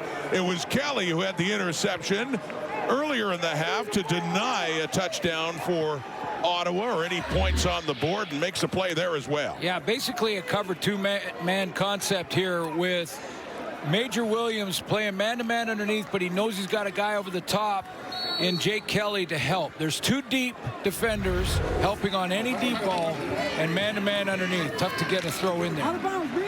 And now the Red Blacks would be hoping for overtime. Still half a minute to go. And Noah Getman to be punting it away. So depending on what happens on the return, could Winnipeg have a chance to win this in regulation?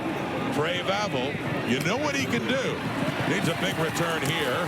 And again, good special teams work. That's former Blue Bomber Brian Cole after a 65-yard punt by Noah Getman. So 19 seconds left. And now it's the Bombers with a long way to go if they're going to get in range of a field goal to win it. Nick Demski offensively has been a decoy on that last series. 3 or 4 plays, a couple of them to Tim White, a couple of them to Tommy Neal. I'm surprised if now Drew Brown tries to see if he can sink one into number 10.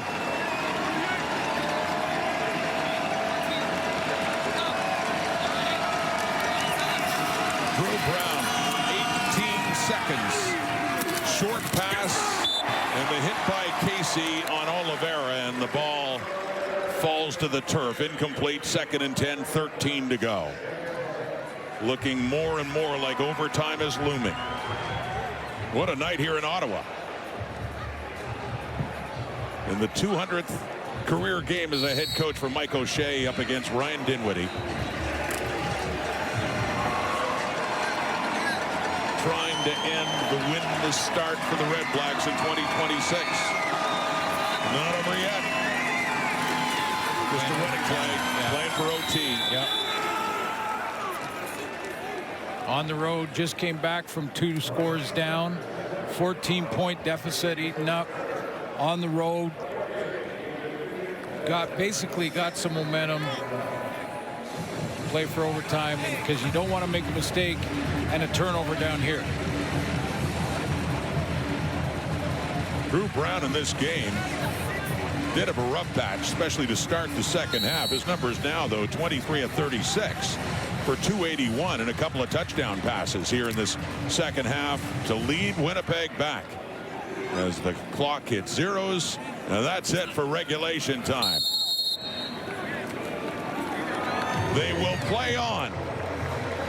We know we're going to have a winner. We still don't know who yet. Here at TD Place in Ottawa. Not done. 26-26.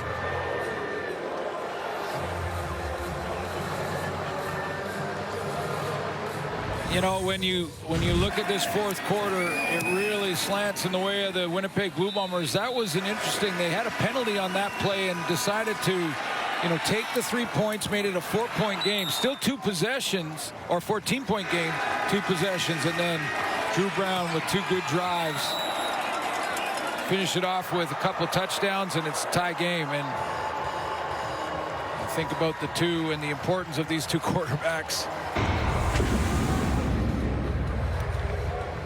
Some words from his friend and in many ways mentor, Zach Collaros. Injured, put on the 6th game earlier this week, but here to help out and settle Drew Brown, who really come on here later in the second half to lead his team back. And Zach can come off the 6th game early. It's Ben Major with the coin toss. All right, guys, overtime, okay? Same coin as before. The Canada Gold logo is heads. The Ottawa logo is tails. It's your choice. Heads is a call, okay? Heads. It's a heads. You want to start on defense first? Which side of the field do you want to start? So Ottawa, first down over there. So always the call, take defense first and see what you need as we look at the overtime rules, which of course have been amended. No more ties. They'll just keep playing, but it's still a maximum of the 2 mini games, each team scrimmaging from the opposing 35 and trying to score after a touchdown. Teams have to go for 2. If it's still tied, though, this is the difference. After the mini games, no tie. Alternating 2-point converts will be attempted until there is a winner. Will it be sweet revenge for Drew Brown? Or will it be win number 1 for Ryan Dinwiddie and the Ottawa REDBLACKS? And Jake Mayer, 25 of 32, 314, a touchdown pass, 1 pick. Is that a good night? It's overtime now. Opening mini game from the 35, 4-man rush, throwing to the right, and right near the first down marker to Gino Lewis with Jonathan Moxey there. Very close. The first down for Ottawa. That was a formation where Jake Mayer had 4 receivers into the boundary in the short side, and he put Gino Lewis by himself. And look at the space that Lewis has on Moxey. Moxey not letting him in any way get behind him on a deep ball. Jake Mayer takes the out. 10 yards, first down. That's at the Winnipeg 25. Moxey's tightening up now a little bit more. Excuse me, it's Major Williams at the top there.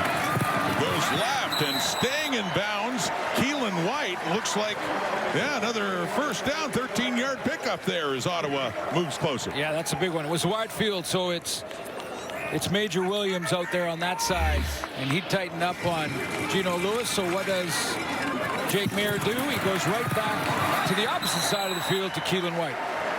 2 for 2 in this first mini game. The video official has reviewed the spot. It's going to be first down at the 15-yard line. So it is a first down, but they're saying it was a 10-yard pickup by Keelan White.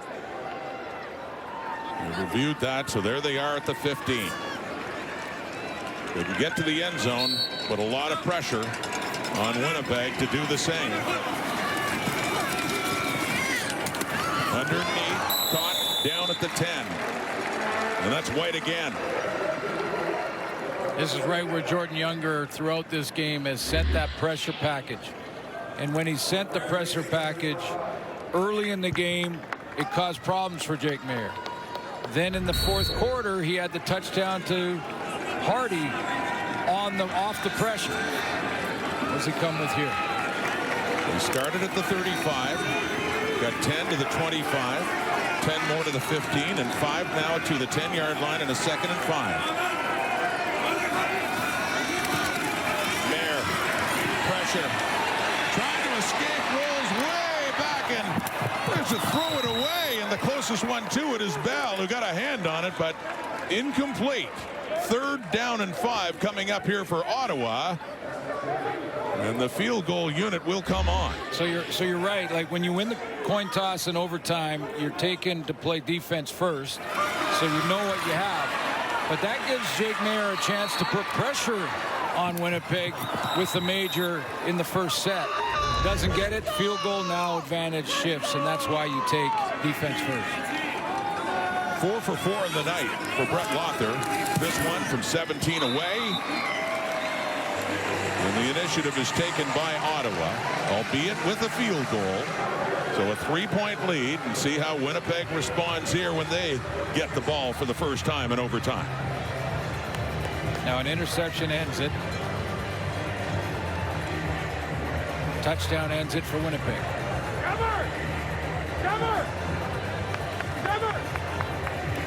Or will it revert back to the way this game was at the beginning, where they were just trading field goals? And we'll go right back to the other end.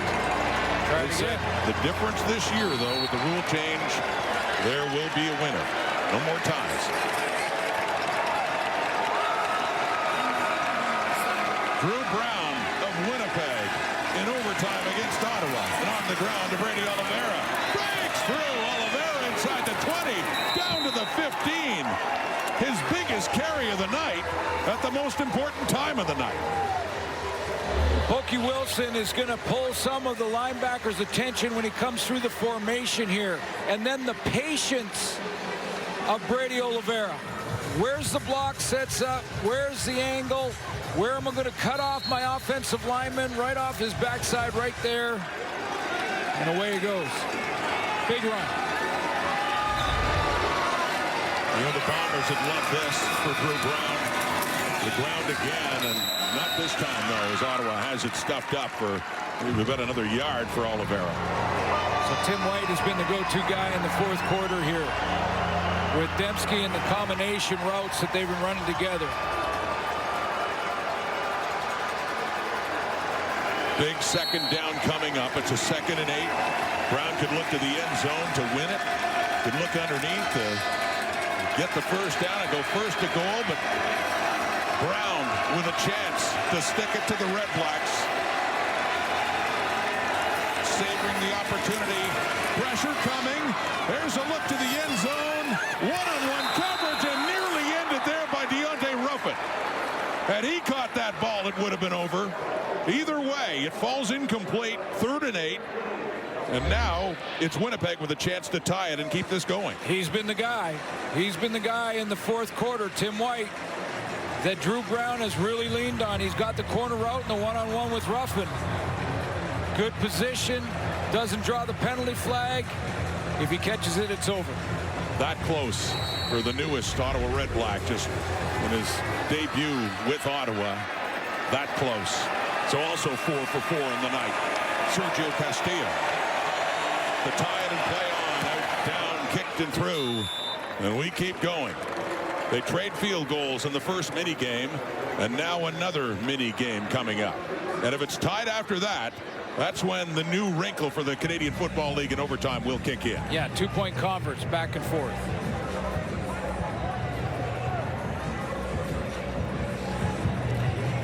You know, and when you saw last night's game, Hamilton and Toronto, rule changes coming into play there too, where a missed field goal does not give you a single point if it goes out the back of the end zone and is not played.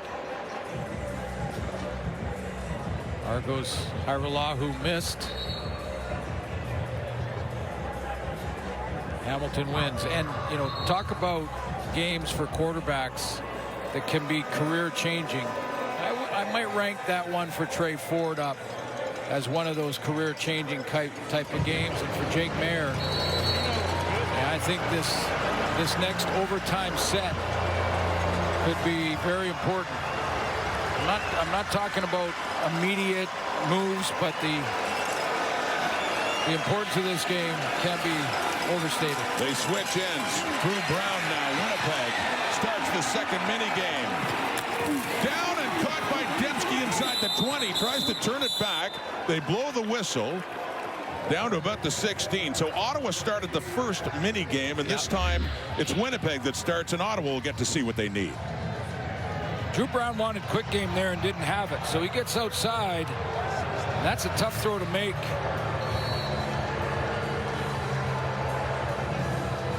Saying he stepped out of bounds at the 16. 1st and 10 for a 19-yard pickup for Winnipeg and Nick Dembski. Second mini game in overtime. Brown looks to the left, nearly intercepted there.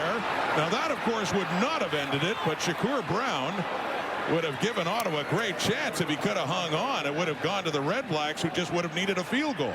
Well, or if Brown takes it to the house. Another possibility. Yeah, he's up there in the top of your screen and he's had his hands on the ball, I want to say 3 or 4 times tonight. The REDBLACKS defenders have had their shots here in overtime. First Ruffin and then Shakur Brown. Yeah, they have. 2nd and 10. Drew Brown, it's caught down near the 5.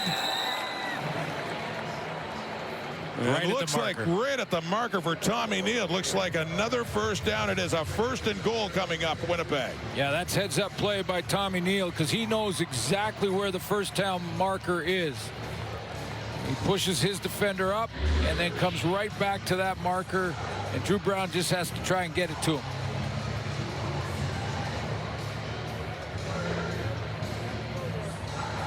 There's the clear out.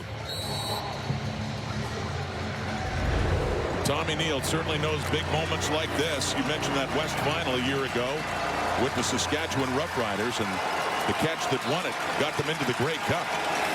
This is a regular season game, but a big ending here. Brady Oliveira, they stuff him up in a first and goal.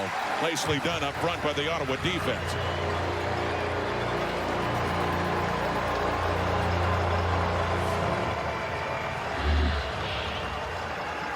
Strategy now, defensively. Pressure on Drew Brown. Aaron Casey gets some help. Luigi Villain. Casey has been with the Argos last year with Ryan Dinwiddie. They're going 4-man. Here we go. Second and goal. Ottawa 5. Brown to the end zone. No! And nearly intercepted. It went off Neal. And Demario Houston is claiming that he caught the ball. But no, the field goal unit is coming on here for Winnipeg.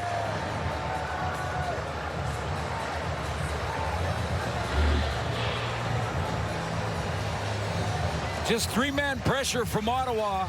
So Drew Brown knows he has a little more time, and that should have been caught. Tommy Neal. The previous play is under automatic review by the replay center.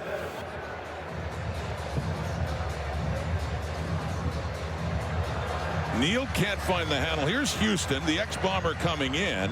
Claims he caught it. And the call, by the way, was no catch. And they are, as Ben Major had said, automatically reviewing it.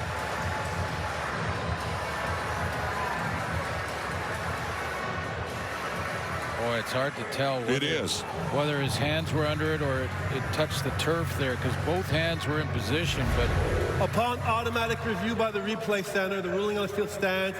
It's incomplete pass. Third down for Winnipeg. But I think they got it right. I think they did too. Yeah. Where two things can be true. The hands were underneath, but you could see the ball clearly hitting the turf. The middle of the ball bounces off. You saw the pebbles. So Castillo, another field goal, and this time Winnipeg has the lead, 32-29. So we come down to the last possession of the second mini game. Jake Maier coming back on, and now Ottawa knows what it needs. A touchdown to win it. And if they don't, if they get a field goal to tie it again, then we go to alternating 2-point convert tries until there is a winner.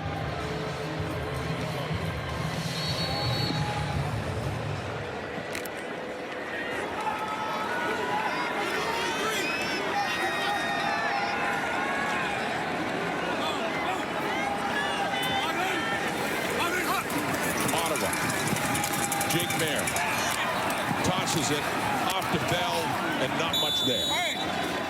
Couple of yards, second and long.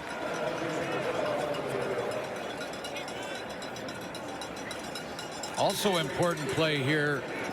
Get at least one more first down to make it comfortable for a field goal attempt to keep this game alive if you're Ottawa. Right now at the 33, it would take about a 40 for Brett Lother to tie the game again. Do we get a 2nd and 8? Maier, 4-man rush again. Time, taking a shot to the end zone. No! Evan Holm in on Keelan White and breaks it up. And it's a 3rd and 8.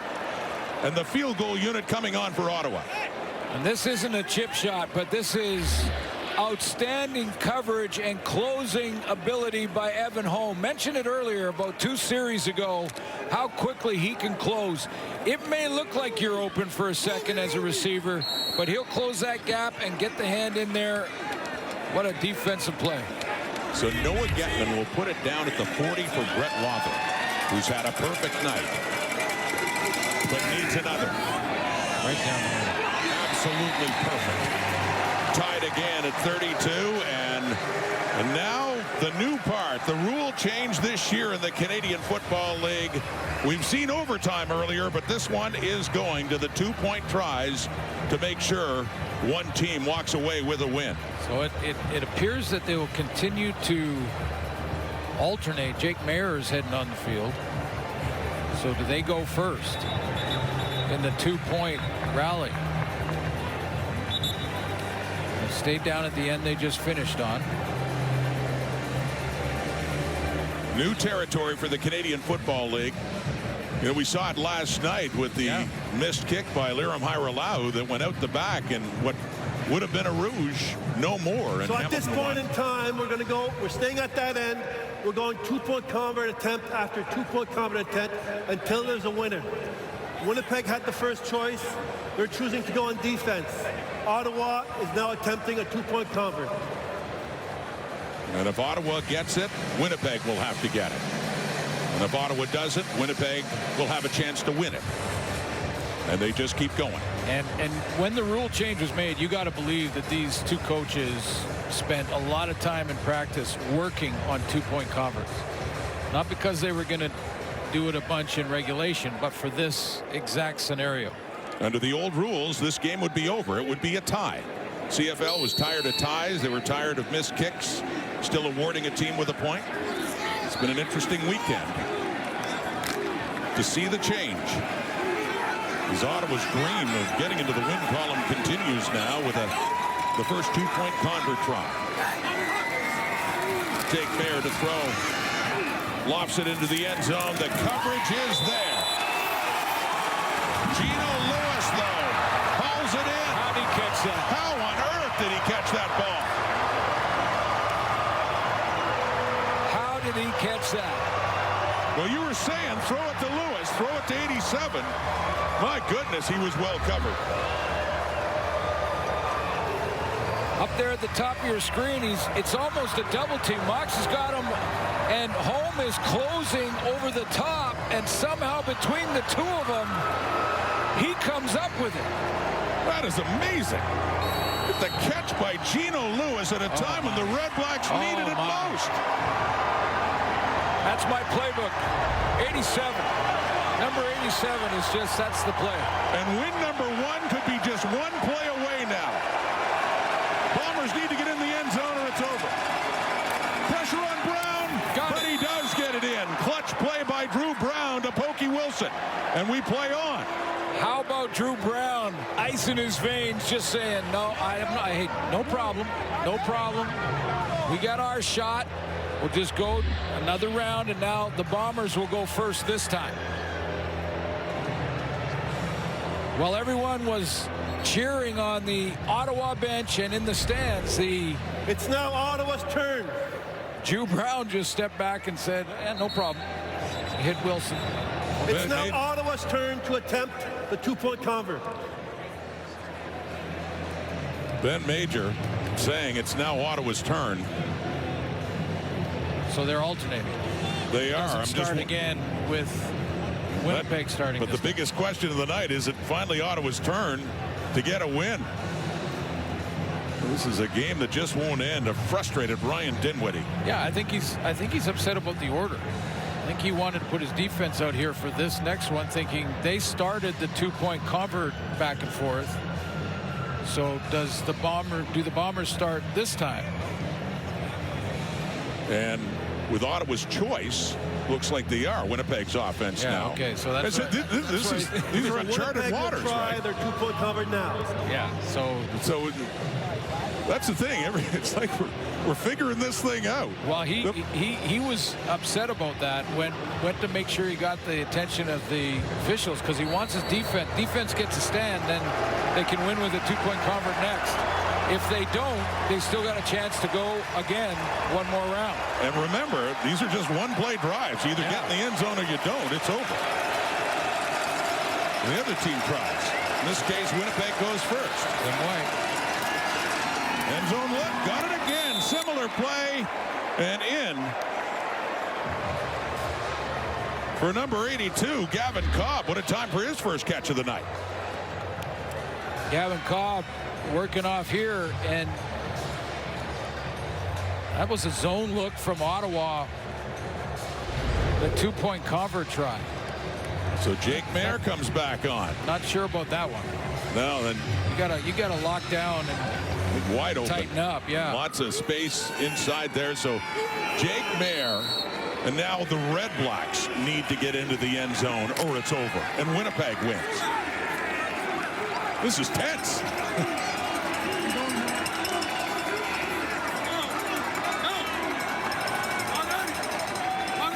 Here we go. Four-man rush. End zone look. Knocked away, and that's it. That is it. Sweet revenge for Drew Brown. And the losing start continues for the Ottawa REDBLACKS. And you can tell by his reaction what it all means. And a big embrace and smile from Zach Collaros as Brown gets the victory. Look at the intense look from Drew Brown. He was intense after that. And another heartbreaking way for the REDBLACKS to lose. This one the hardest of all this season. Well, let's take a look at the play. Is it Tony Jones again? No. Cramdy. Reda Cramdy. What a night One he's more had. play. One more for Cramdy. Keelan White tried to get him to react to outside leverage and then come back into the middle. Reda Cramdy wasn't having it, and he makes yet another play tonight. They played one mini game. It was still tied. They played two mini games. It was still tied. And then the CFL's new overtime format truly kicked in as they went for 2-point converts, tied after one round.